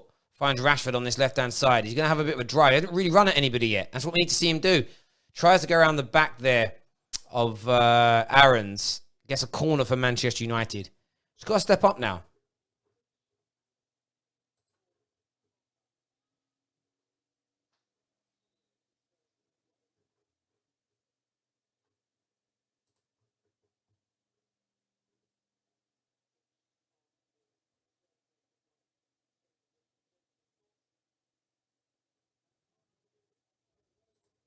Pogba's coming on now. Fred off.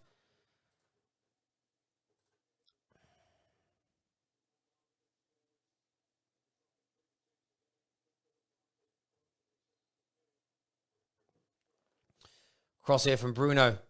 Oh, Bailly was coming at the back. But you know what I would say to that? I've really not been impressed with Bailly today. I know it's his first game back, so I'm going to give him time. But at the back, not been impressed with him. He's been erratic. He hasn't been cool and calm. Fred and Scotty Mack, poor performances today from them. And in fairness, our substitutions haven't done much yet. Expected a lot more. Expected a lot more from these boys today. Matic now in possession. Should have got his foot to that. Pogba goes up to win a ball. It's not done. This will be a United player that picks it up. Bailly just flicks the ball back up in the air. We could have played that. They could have put that on the ground, Bailly. Teti and Igalo battling for the ball. Igalo wins it. It's got to be a high boot, ref. Pogba here. Oh, Pogba miscontrols. Gets his foot on the ball, though. Matic clears up. Plays it in here to Greenwood, who loses possession really poorly. On the counter-attack here. Norwich. Cantwell knocks it over the top. Lewis who's running down. Don't foul Lewis. You don't need to foul anybody in this situation. Bailly picks it up. Paul Pogba now picks the ball up for the first time. Can have a bit of a drive forward, and he does. Lovely. He's got Greenwood. He feeds it into Greenwood on the right-hand side. Greenwood just doesn't time his run to meet the ball. Greenwood's now coming into the box. He's going to put it onto his left. We know he is. He puts it, shoots! Oh, unlucky. Nice attempt there by Greenwood. And that is what we've been missing. Players actually having a run at this Norwich backline. We need far, far more of that. Far more of that. Far more of that in this game is needed. How wide was it? Good cut the foot wide.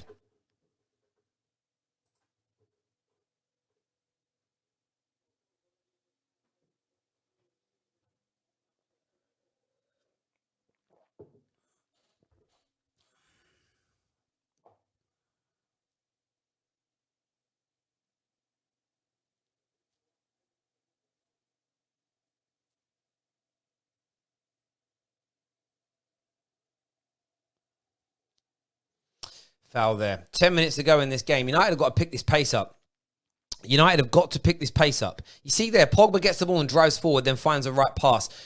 Greenwood cuts in. As a shot, we just go wide. See, we need to be doing that more regularly. It has not been good enough in this game. Do you know what I find really interesting about certain fans of certain clubs? I tweet saying that Harry Maguire's had a sensational game, which he has, by the way. He's been brilliant. I know what they think I'm saying when I'm not. Should he be having sensational games against the Norwiches of this world? Yes. All I've said is he's had a sensational game. I've never made a claim about, I'm not making a claim that he's the best in the league. I'm not saying he's the best here, best there. I'm just saying, like, brilliant performance. But you know, you can see fragile people, weak-minded people. What they think I'm saying is, I'm saying he's the best in the league, or maybe better than Van Dijk, or maybe better than Laporte or someone like that. And it's like, no.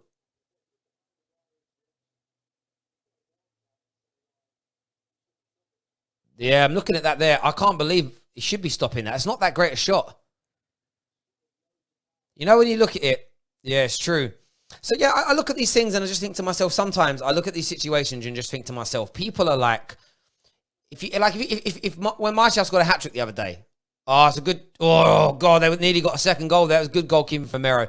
Like, when Martial gets his hat-trick, you can see the weak-minded fans of rival clubs who are like, yeah, well, it's only Sheffield United. He hasn't done it against a big team. It's like, well, we're not saying he's the best striker in the league because he got a hat-trick. We're just saying well done for a great hat-trick.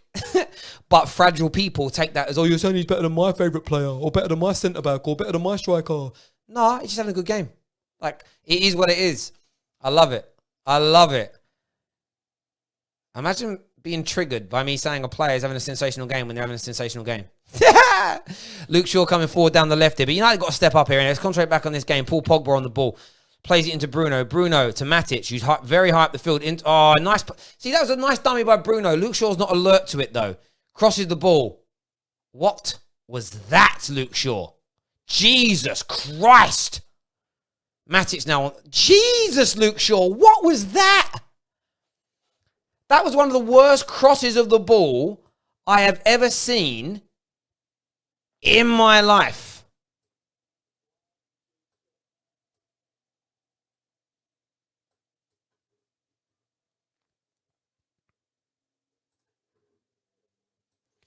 In my life. Awful.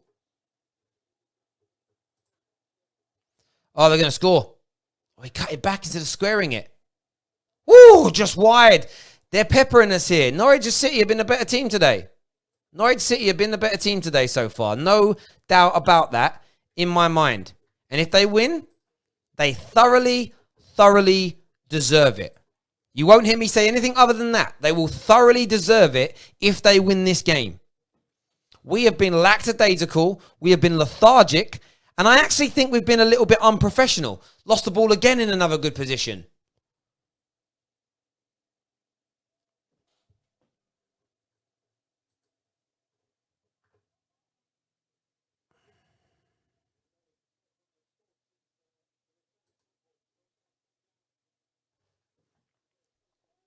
If we get knocked out of this FA Cup tonight, raging. Playing bottom of the league team, take the lead. Not good enough. Not good enough performance from individuals. Oh, they're in. Oh, Williams have a wonderful tackle to save Manchester United. Shocking play, though. Shocking play. Wake up. Wake up.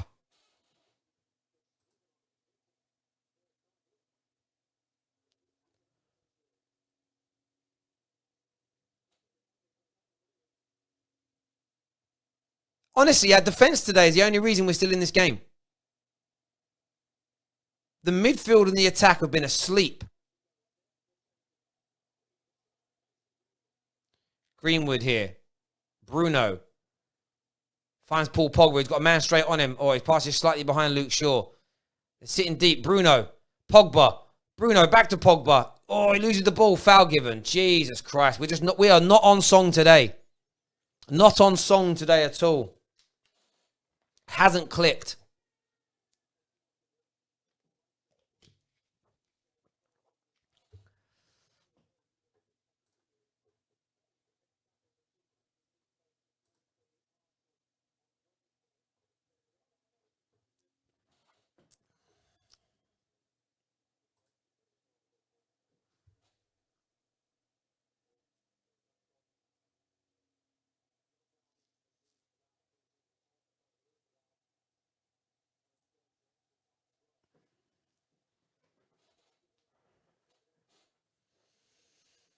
Norwich got the ball here, playing it out. I almost feel like Man United are waiting for extra time to try and, I don't know, reserve some energy for it. It feels stupid. It feels like a stupid tactic.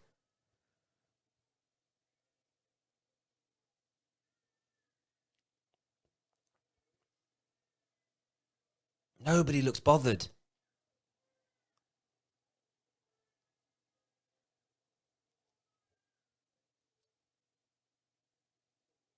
Romero, clearance is so poor. We're lucky to get a throw-in out of it.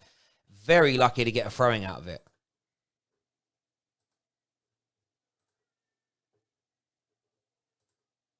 Paul Pogba in possession here. Finds Matic.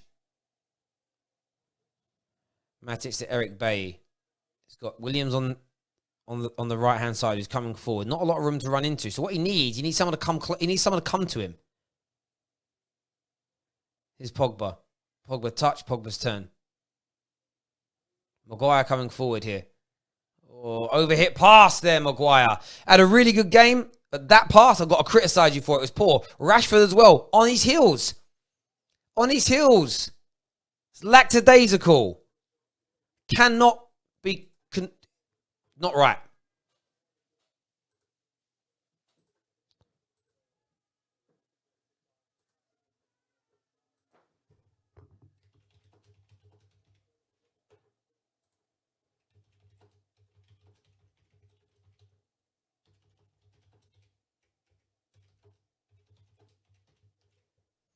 The thing is, if that goal don't wake you up, I don't know what else is going to.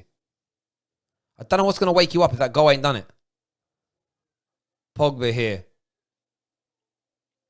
But this is the one thing we've got in our favour is we have the players on the pitch to turn it on. Bruno's fouled there. Agalo's held back. That's a red card. That's a red card. It's a red card. Off you go, son. Another little back heel from Bruno sets that up. It's a red card. He's got to be off the pitch. He's done. 100% a red card. 100% a red card. Bruno's flick was amazing. That's what a world-class player can do. That's what a world-class player can do. Literally in the split second of a game, he can change it. Split second of the game there, Bruno changed it. He ain't had a great game, but there he did. Free kick to Manchester United a few yards out. Free kick to Man United here a few yards out. And by the way, 110% a red card.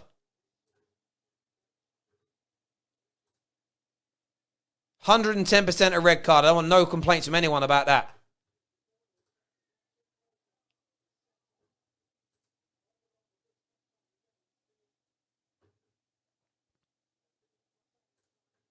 Free kick here to Man United. Rashford and Bruno standing over it. It'd be poetic here for Bruno to get this because it was his world-class bit of invention that opened them up. Bruno! He hit it low. Luke Shaw! Oh, no, why is no one coming in at the far post? It's going to be a corner.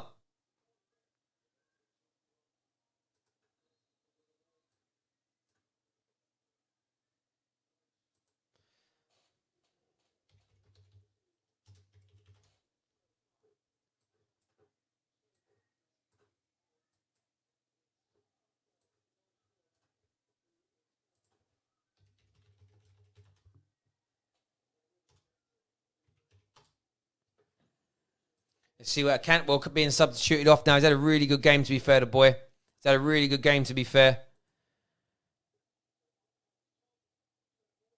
A lot of people are asking. 100% a red card. A lot of people cheating and diving, but yeah, you can say what you want to say. We all know that was a red card, and so do you. Ball's going to be crossed in here by Bruno.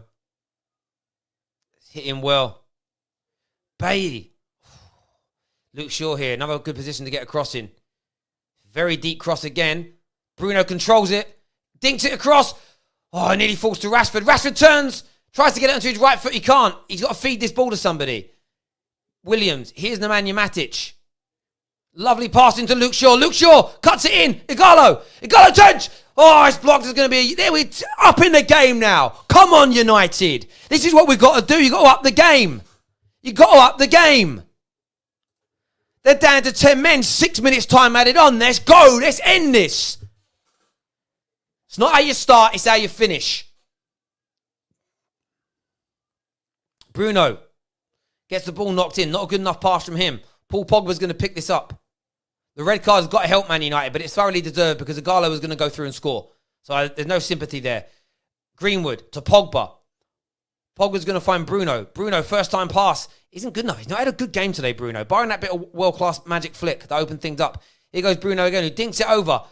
Looking for Williams. Williams doesn't get there, but Paul Pogba picks it up at the edge of the box. Low block for the rest of this game now. They're going to look for penalties in this match now. As United have got to stay patient. Pogba into Igalo. Back heel. Pogba's going to pick it up. Oh, it's just defended. It's well done. Here's Bruno Fernandes. Puts it onto his right peg. He dinks it over the top. No one makes the run. That's going to go out for a goal kick. Still 1-1. 4 minutes to go of time added on here.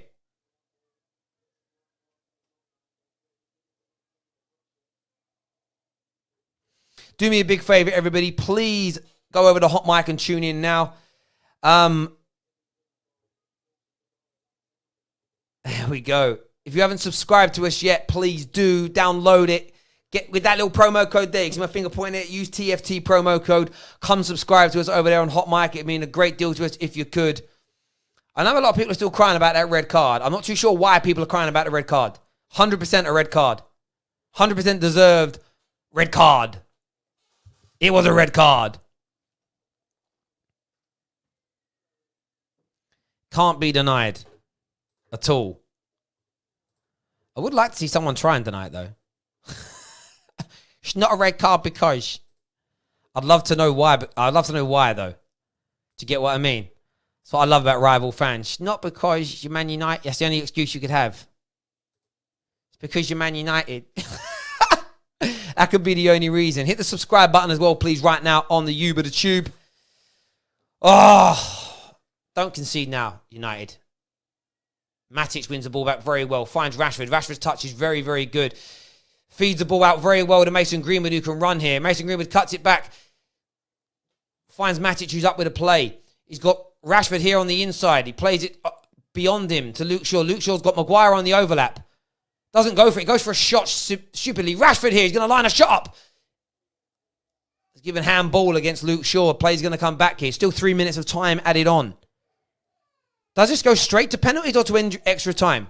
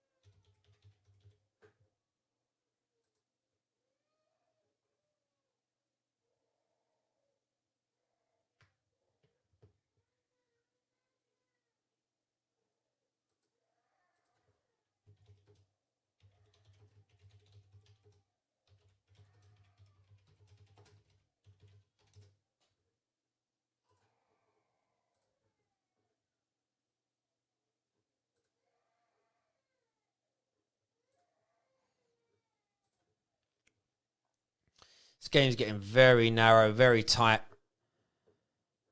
Do you know what I said at Norwich, though? If Norwich had played this well for the majority of the season, they wouldn't be in relegation. Greenwood. Bruno, back to Greenwood. Finds Pogba. Pogba looks like he's a line of shut up, but he couldn't get the ball out. That's the one thing I say every time we get the ball near the edge of the box. They're there. Ball's knocked over by Pogba. That's well too far for Rashford. He picks it up, though, before it goes out. Bruno lets it run. Some nice touch and turn there by him. Luke Shaw. They're defending for their lives here, Norwich. A minute of injury time to go. Can United end this within the allotted time? Rashford wide here on the left. Crosses the ball to Pogba. That's lovely. Pogba looks, touches. He turns. Luke Shaw. Back to Rashford, who crosses. Oh, that's well cleared again. That was by TT, who's now pretty much playing as a centre-back. Matic. Finds Rashford out on the left. 2 men on him straight away. Defending for their lives, Norwich. Luke Shaw switches the play very quickly to Eric Bay. Finds Bruno who's in the centre. Bruno's going to line up a shot. Cuts inside here. Just trying to pull a few players out of position. Matic. Feeds the ball to Rashford now. Rashford to Pogba. Pogba's in. He shoots. Oh, it's well defended. Greenwood shoots. It's saved! Pogba again! Rabona! Oh, Pogba's given us offside. Oh, Tim Krul saves the day in the dying moments.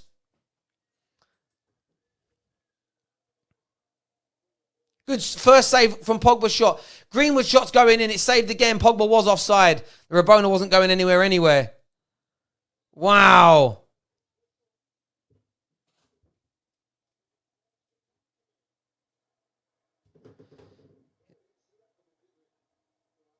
My word.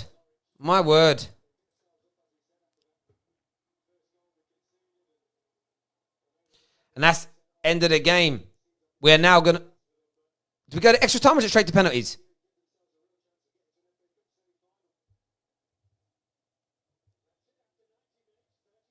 All right, there is extra time. Cool. I know maybe the League Cup where they said there was no extra time straight to penalties. I just weren't sure if it was the FA Cup as well. I wanted to double check. Oh, Jesus.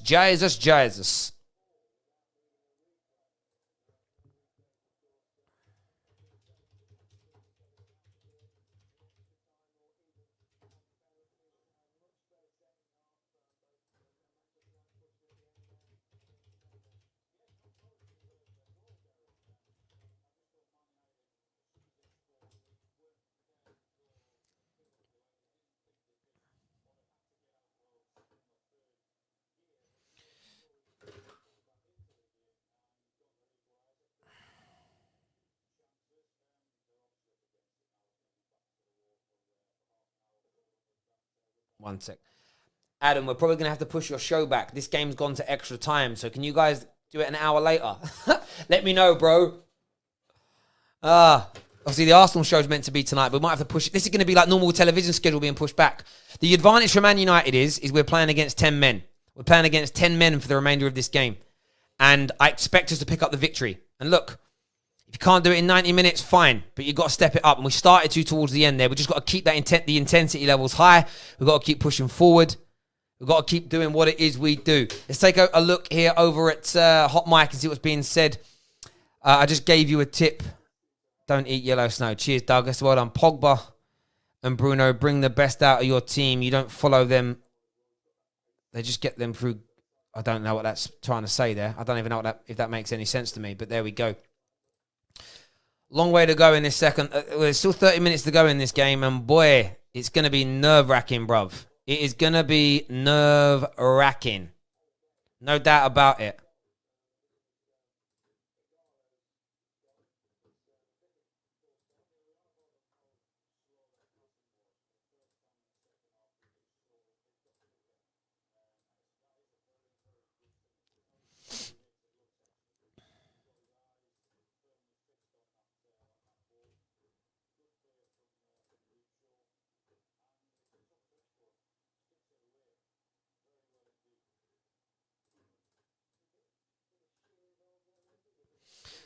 There we go. Definitely a red card, though. I just looked at that again now. 110%. Just watching the replay of that. Definitely a red card. We need a big 30 minutes now because Liverpool winning the league 2 days ago and United going out of the FA Cup at this point, that's dead. That is dead. That's just, it's beyond embarrassing. And I don't even want to be melodramatic, but it's beyond embarrassing if we go out to them.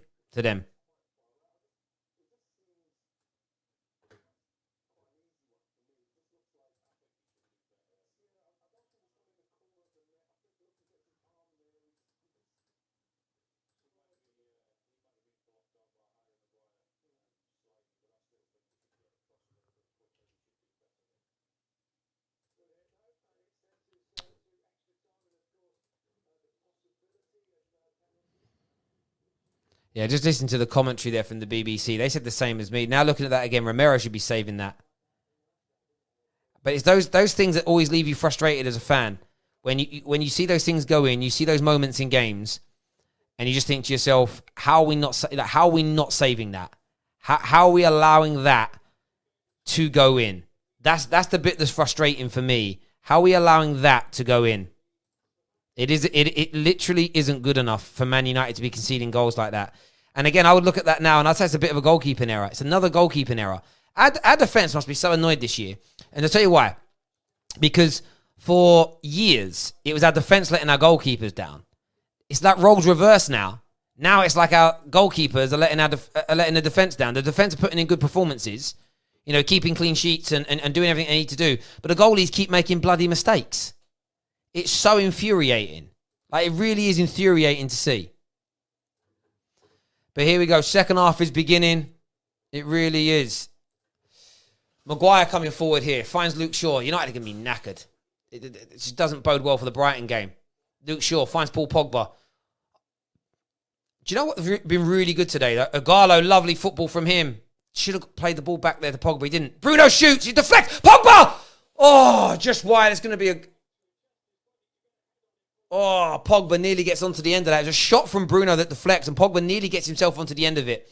I tell you what they've done really well, though, today, Norwich, is they haven't allowed United to have very many pop shots from distance. They've closed the space down impeccably well. And like I said before, about many, many teams in the past, you know, every now and then you just get one of these smaller teams, they'll put in an outstanding display against a superior side. And that is exactly what Norwich have done today. And their fans should be, whatever happens, tremendously proud that they've been able to put in a performance like this against the might of Manchester United. It won't bode well for their midweek game. Statistically speaking, 91% of lesser teams in the bottom six that get good results or just have good performances against the big four will lose on average 3 of their next 4 games. But they're already down anyway. So do they really care? Probably not. Matic's battling here. He's got the foul be given, I'm sure. Oh, it hasn't been. Jeez. It's weird how sometimes you can outmuscle someone and nothing happens. And other times you can outmuscle somebody and the world and their dog are like, nah, it's a foul.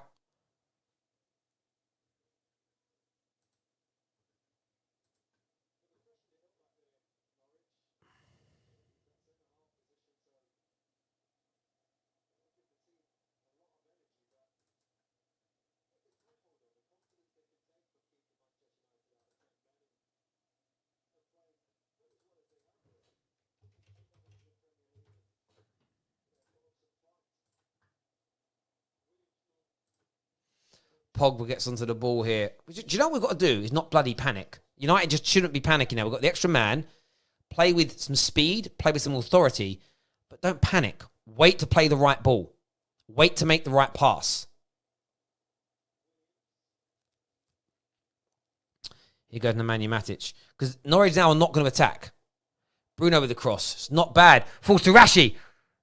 Look at that straightaway man on him. Rashford goes out on the outside. Rashford shoots! Good save by Tim Krul. Rashford gets his first opportunity to test the goalkeeper today. See Luke Shaw's run there. That's the movement I'm talking about. Haven't had enough of that in the game. He goes on the outside and it pulls the defender with him. It means Rashford that can then go on the inside. That is what you need more of in these situations. Good play. Good play. Corner ball here. Bruno Fernandes is standing over it. Ball's whipped in. Overhit, but Pogba picks it up. Dinks it. Oh, it's well defended again. Bailly! Oh, Jesus, Eric Bailly.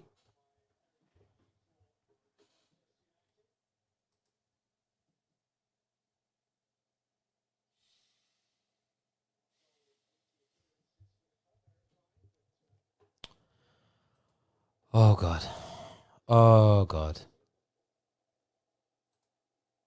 Oh, God. Just, oh, God. Oh, God.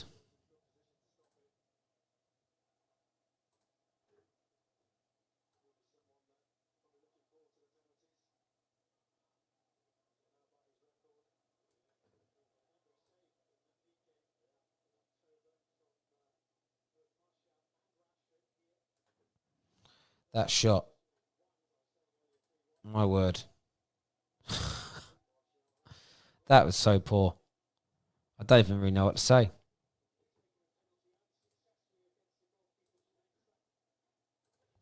That was so poor. That's what I'm talking about when it comes to like rushing.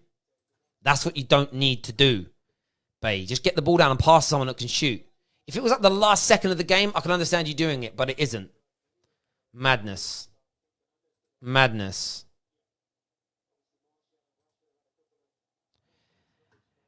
Anthony Martial now coming onto the pitch. Oh, yeah, because you can make another substitution if he goes into extra time now. So the sixth substitution now should be probably be a Gallo that comes off. Here goes Rashford. Rashford, have a run at him, son. He does. He goes through the middle. Well, just go at them. Run at them. Make them think. Make them feel something. Make them make a mistake.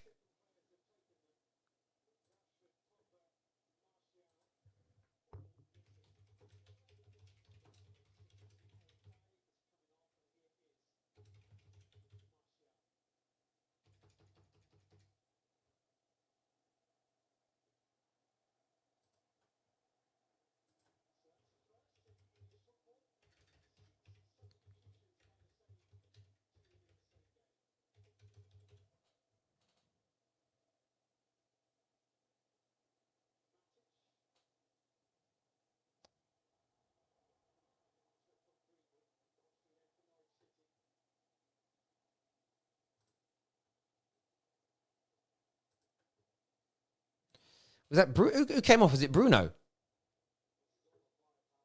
Oh no, Bailly came off. Yeah, well that makes sense because they're not really going to counter. We need better penalty. We need, you want as many people that can take penalties as you can. Is lovely by Pogba. Mason Greenwood, great strength. It's going to be a throw into Man United high up the pitch.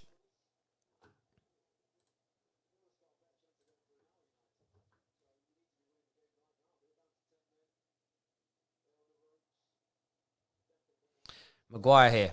Feeds it in the middle. Bruno out wide. Oh, Luke Shaw just about keeps it in. Luke Shaw's fouled there. It's going to be a free kick. Dangerous area here. It's where United, though, we want men in the box, but be careful. Don't overcommit at this stage.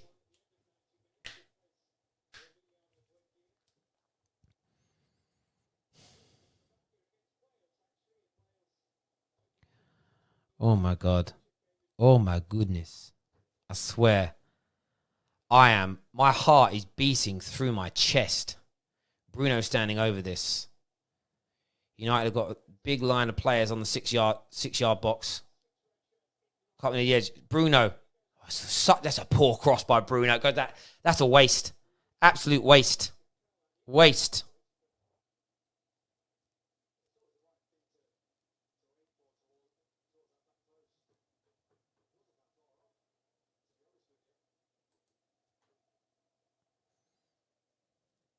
Norwich playing out from the back. They don't want to lose possession too soon. They want to have a bit of the ball, don't they? But it's hard. The extra man. It's going to be a throw into them. Ball comes off Rashford. 8 minutes into it. Added on time. Extra time here. And honestly, my heart is beating through my chest.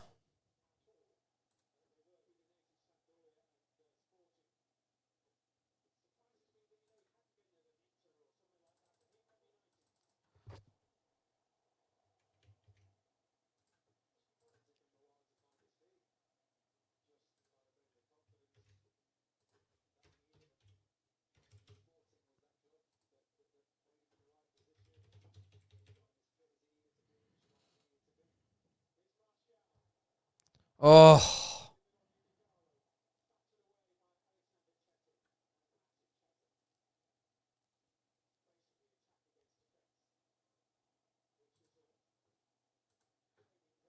Here goes Bruno Fernandes. Goes to feed the ball there, but that was cut out. Norwich now looking to maybe counter-attack here. They do have options on the field of play now. Now Pogba brings it up this space as a few players came forward to attack. Here's Rashford into Anthony Martial. Past one. Oh, Martial nearly makes onto it. Paul Pogba picks it up. Here goes Bruno. Bruno's going to feint a shot. Feeds it out. He passes over here. Mason Greenwood will keep it in. He's had a really poor game today, Bruno Fernandes. There's no doubt about it. Pogba here, though. He can cross. He does cross. Can't beat Titi. Maguire's pretty much in the attack here with Man United. Matic. Feeds the ball out here to Luke Shaw. Martial. Hat-trick hero. Trying to get it onto his right foot to shoot, but there's no room to shoot. Young Williams on the ball. Can he get a cross in? Goes inside and outside. He does lose the ball. Don't foul, Williams. Be sensible. Don't foul, because they can only kick it up and we'll come back. We foul, we relieve the pressure. Don't foul them in those situations. Don't give them a release valve to the pressure. That is dumb.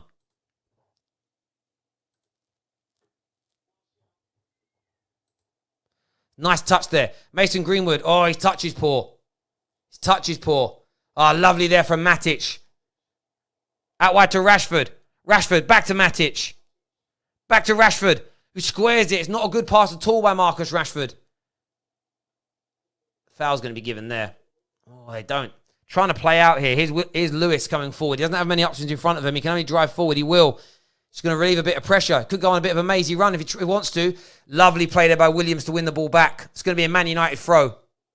Oh, it's given to Norwich.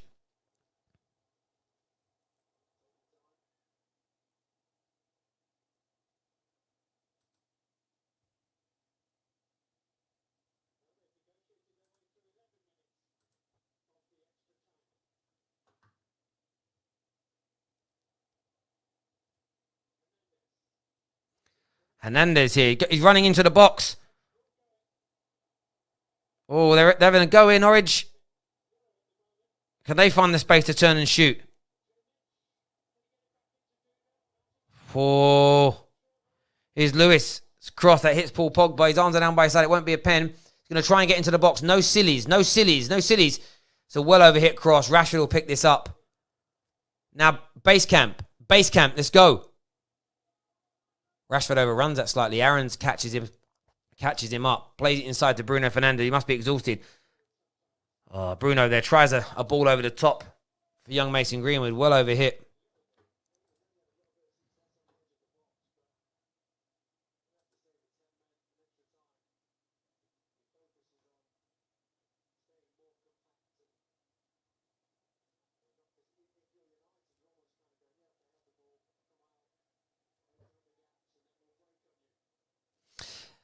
See what Man United might want to do for a minute or so. Maybe even start the second up. Let Norwich try and come forward.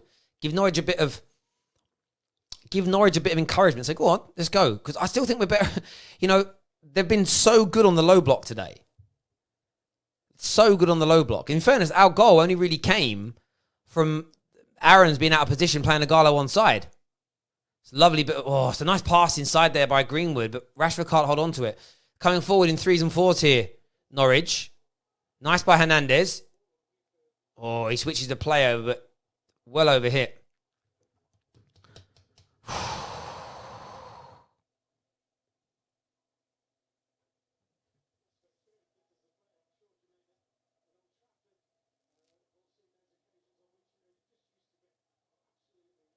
Bruno sitting very, very deep now. He looks whacked. He played 103 minutes plus injury. So you add on the injury time, 3 minutes at the first half and 6 minutes at the end. It's another 9. It's a lot. It's like 120 minutes he's already played so far in this game. Rashford there to Matic. But we're taking too many touches. We've got to try and move the ball quicker. Matic. Bruno, lovely flick. Oh, Greenwood goes backwards. Pogba's going to shoot. Oh, Krul just saves it. It deflects off of him. Nice attempt there by Pogba. We need to have a few more pop shots. We need a few more pop shots.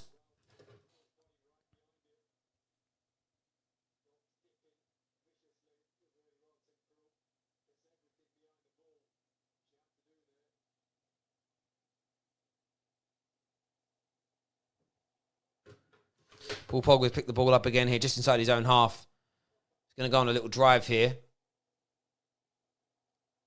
Hernandez hacks it in but can't get to him. It's still Paul Pogba. Still puts it on the edge of the box. It'll be Bruno that picks it up. I knew it would be. Luke Shaw, he's got Rashford out to his left. Rashford, he's going to dink it. He does. Martial! Oh, Martial should be connecting with that great pass from Rashford. Oh, Martial, so unlucky. Onside as well. Oh. Almost at the end of it, first half of extra time, 15 more minutes to endure. And I feel like it's enduring. I'm woeful. I feel my heart is like... Zane here for super chat. Thank you, Zane. Says, Terry, you can't beat a pub team. Lol. Will you do well in the Champions League? Bro, man. We're doing all right. Here goes Rashford. Rashford feeds it into Martial. Martial, put it back to Rashford. Rashford shoots! Oh, it's well blocked. It's going to be a corner. That should have gone back to Rashford quicker. It's weird how a team playing at a slow pace is so contagious. Like yawning. It's basically like yawning. But Zane, all I'm going to say is Norwich did beat Man City this year. Do you know what I mean? Bruno Fernandes going to take this corner. I'd go short. Corners have not been good enough today. That's another one cleared easy. Williams picks it up. 30 seconds to go in this first half. Matic finds Rashford. Rashford's going to look to shoot. He does! Oh, it's awful. Awful shot. Awful shot from Rashi. Awful shot from Rashi.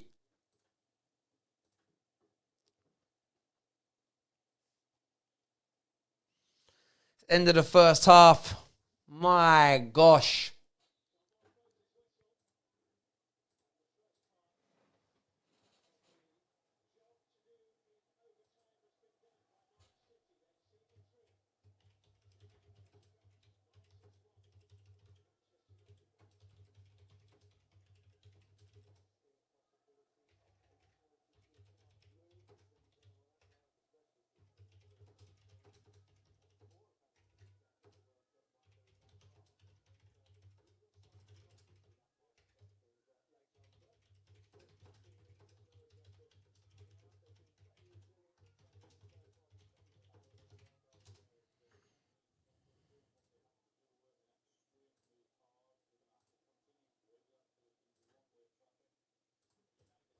I'm tweeting something out and I understand, but if Norwich would have played this style this season more regularly, honestly, if they'd have played this way the majority of the season, low block counter, they wouldn't be going down. They wouldn't be going down. The reason Norwich are going down is because they've barely played like this. They've opened up and attacked.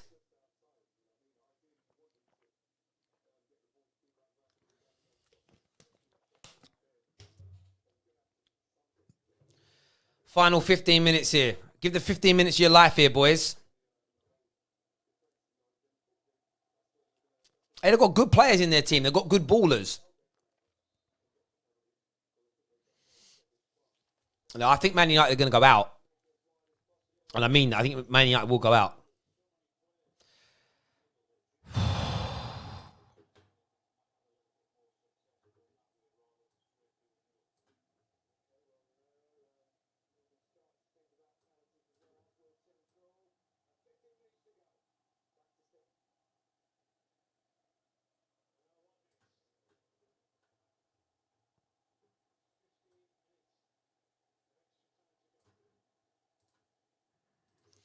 $15 minutes. You need a big 15 minutes now, Man United. You need a big 15 minutes here. Here we go. Young Brandon Williams running forward, but he ends up running the ball out of play. Fair play to him for trying, though. Fair play to him for trying. If it goes to penalties, though, Man United go out. You just know it. Lovely winning the ball back there by Paul Pogba.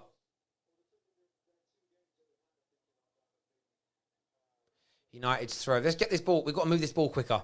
Quick. Luke Shaw on the ball here. Anthony Martial, number 9, hat-trick hero for him in the week. Tries to thread the ball into Luke Shaw.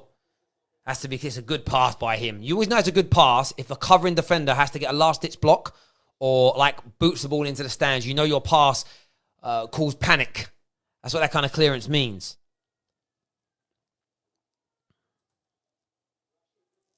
Rashford here. Throws the ball back to Nemanja Matic. Comes back inside here to Maguire. Bruno. Exhausted Bruno Fernandes. Plays it into Agallo, whose first touch isn't good enough. I like the first touch attempt, though. That's what we need to do more of. We need to move that ball quickly. Touching it and controlling it isn't going to work when you've got literally 10 men behind the ball. Practically 8, 9 men in your box at any one time. Holding a fairly high line. Martial. Oh, he dillied on the ball, but he gets away with it. He's got a pass now, though. Pass now, he does. Finds Pogba. Williams is over to his right. He doesn't. He switches it to the left. Rashford chests it down to Luke Shaw. He's got a bit of time and space here. Doesn't drive forward, though. Stands still too long. Martial picks it up. Lovely ball from Rashford. Get it back to... Rashford steps up. Rashford! He gets it back again. Oh. First shot was actually poor from Rashford. It was going to go wide until it was deflected. Luke Shaw crosses. It's a decent cross, but it's cleared. Pogba has to sprint back to get this ball. Does well to win possession back. 2 minutes gone already of the final part of injury time. Matic tries to thread the ball for well defended for his life there. Nice tackle that. Interception. There's just technical terms to these things, but there we go. Do me a big favor, hit the like button. Please subscribe to the Football Terrace and download Hot Mic right now to support the platform, to support the channel. Josh over there says, surely United will get a goal somehow. Listen, I ain't confident. Martial here. Martial! They backed off him, which they haven't done for a lot. Or Luke Shaw.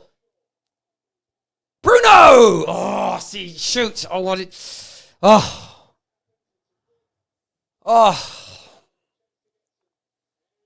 Let Josh over on Hot Mic. I can't see it, bro. I can't see the goal coming. Can't see the goal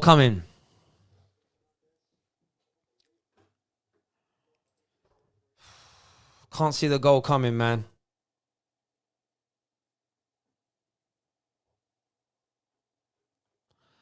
Can't see the goal coming.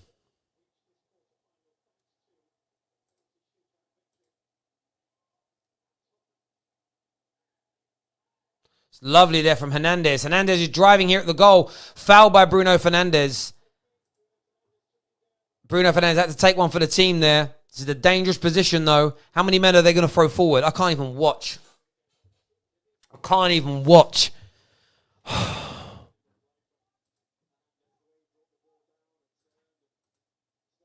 Can't even watch.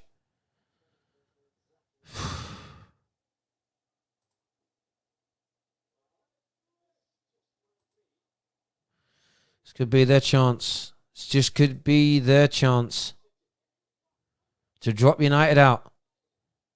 It's whipped in. Romero's safe hands there. He had to be safe there. He's had a shocker with that save. He had to get that right. And United try and counter. Nothing doing. Bit of a heavy pass back there. Let's just put a bit of pressure on Tim Krul here to make him go long so he can hopefully win the ball back.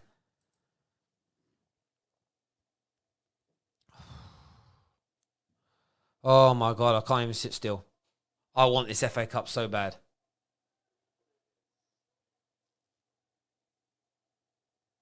Paul Pogba coming forward. Martial picks it up. Very bright since he's come on. It's Greenwood. It's offside there for Igalo. You could see that.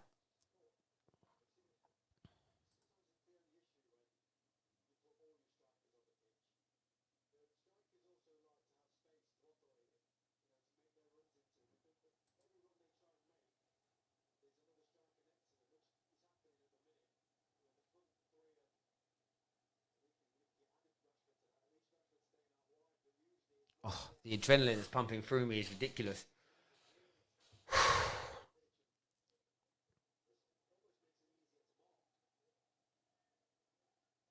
We need more movement.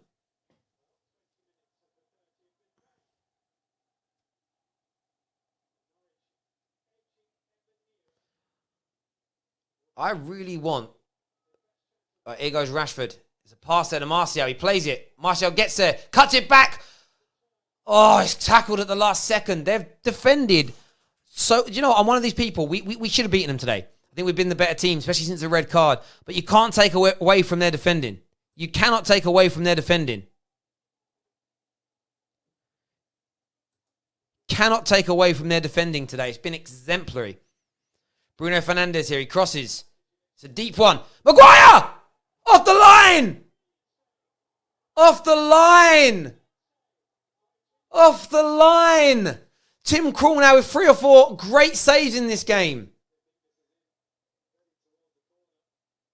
Oh!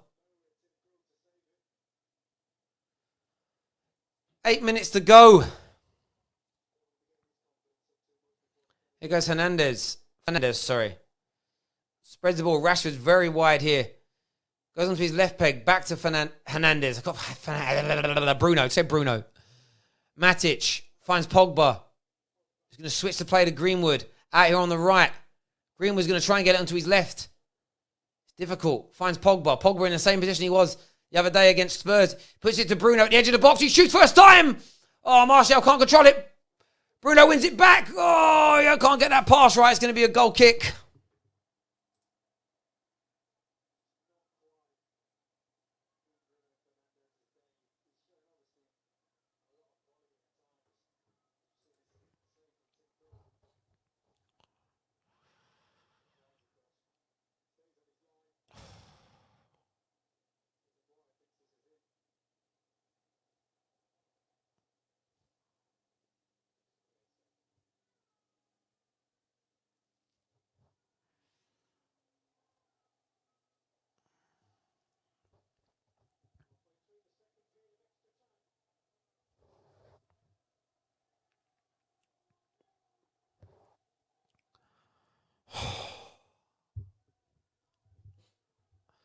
Matic here. Spreads the ball to Rashford. Have a little run, Rashford. Have a little drive at him. Luke Shaw on the ball. Wide left. Back inside to Rashford. Rashford squares it inside. It's Matic to Bruno. Bruno's going to shoot again. Oh, good save. This time it's a good shot from Bruno. Good save from Tim Krul. Good save from Tim Krul again. Keeping his team in this game. It's the 5th save from him in this match. Not the hardest save in the world, but still a good save. Ball's crossed in again. Oh, Pogba was going to bang that. Williams here finds Greenwood wide on the right-hand side. Greenwood's having a go. Greenwood! Lovely bit of skill. Plays it back. Matic, Pogba. Pogba dinks it. Maguire! It's over the bar.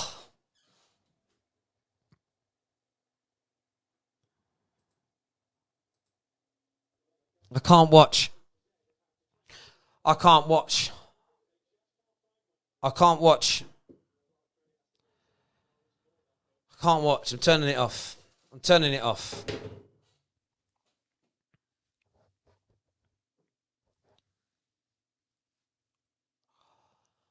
I can't not watch. I can't do that either. Zane here of a super chat. He says, if you'd signed Poch, you think you would have won? Well, Poch didn't win anything with Spurs. They didn't win anything with Spurs, so I don't know. Maybe. But we've been brilliant since January, so I'm not focusing on that. It's been a bad day today. Great saves from Tim Krul. Brilliant defending from Norwich. Some poor performances from Man United as well. I'm not denying that. Undone by another goalkeeping error for me. Maguire goes forward. Pass ain't good enough there from Maguire. That's poor. Give the ball back to Norwich. We don't want them having the ball right now. They're looking to counter. Hernandez is going to pick this up. He does. He's going to have a run at us here. We need to get numbers back. Lewis is running forward. Lewis will make that. Lewis will get there before Bruno Fernandes. I think that's great defending by Bruno. Lewis keeps it in. But excellent running there from Bruno Fernandes. It's why he's top class. He's having a stinker overall, but he'll still work hard. He ain't throwing his toys out of his pram. He isn't crying. He's getting involved. He hasn't been a ghost. He still wants the ball. Martial here. 5 minutes to go until the dreaded penalty shootout where it becomes a completely even game again. Paul Pogba. Martial. Looking for some space to play the ball into. It's Rashford. Back to Matic here. He squares it. It's Bruno. Bruno's probably going to shoot again. He doesn't. He dinks it. Rashford's at the back post. There's going to be another corner and I can't watch. I'm literally palpitating here with adrenaline, stress, and every other imaginable feeling that you could go for. I feel like I want to cry.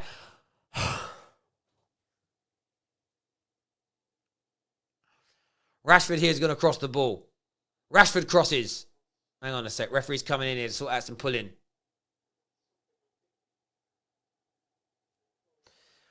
We've got this corner, and then there'll be enough time to create one more chance. That's it.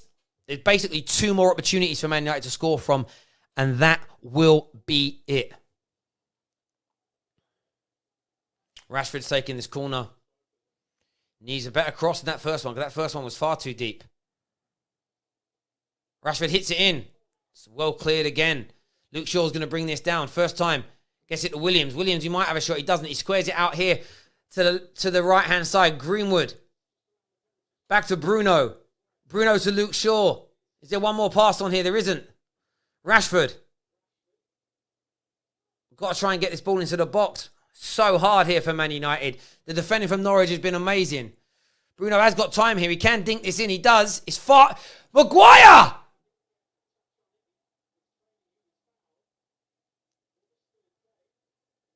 Martial here. Pogba. Waiting for that one bit of magic, that one bit of brilliance. They have not had an opportunity to do it yet. Rashford back to Pogba. 3 minutes to go. Pogba dinks. It's a lovely pass. Agallo picked it down. Martial!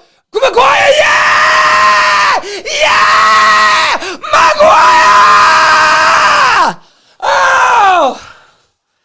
Captain Fantastic gets the goal! Maguire scores! United are going through! There was the magic! The sublime Maguire wins it for United! Yes! Come on!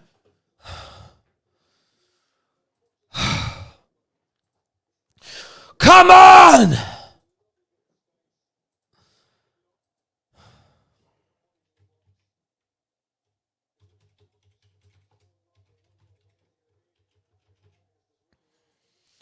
Oh, he does it! He's worth the money. I said he would be. Bang! There he is. Captain Maguire. Oh, my God. Keep Perez now for 2 minutes. Keep Perez now for 2 minutes.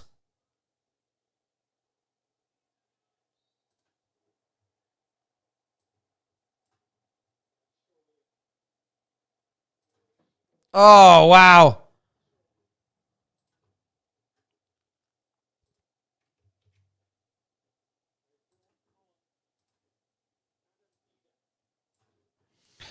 Oh.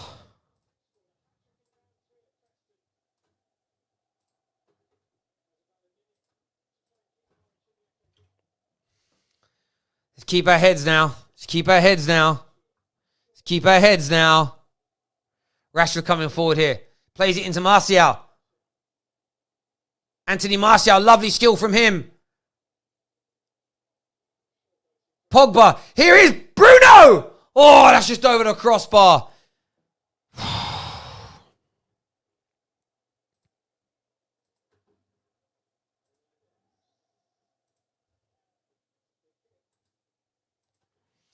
There will be a couple of minutes of time added on here, no doubt.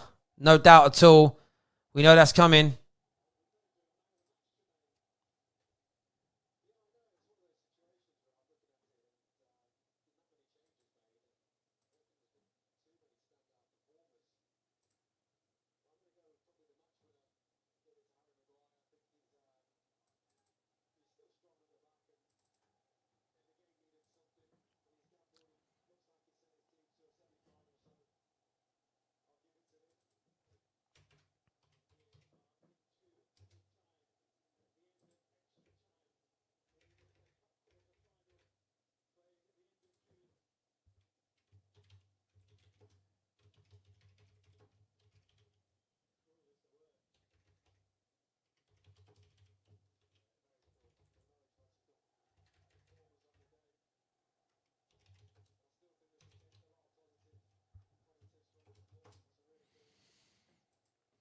Rashford here. 1 minute. There's literally 20 seconds to go in this game. Let's just hold on to the ball. Get ourselves through to that semi-final. Bruno Fernandes plays it out wide to Mason. Hold on to the ball. Hold on to the ball. Lovely. Mason. Bruno to Pogba. Bruno feeds it into Pogba. It's Martial! And that's it. Game over. Thank God for that. Listen, everyone who's tuned in. Goal reaction coming up right now. We'll see you all soon.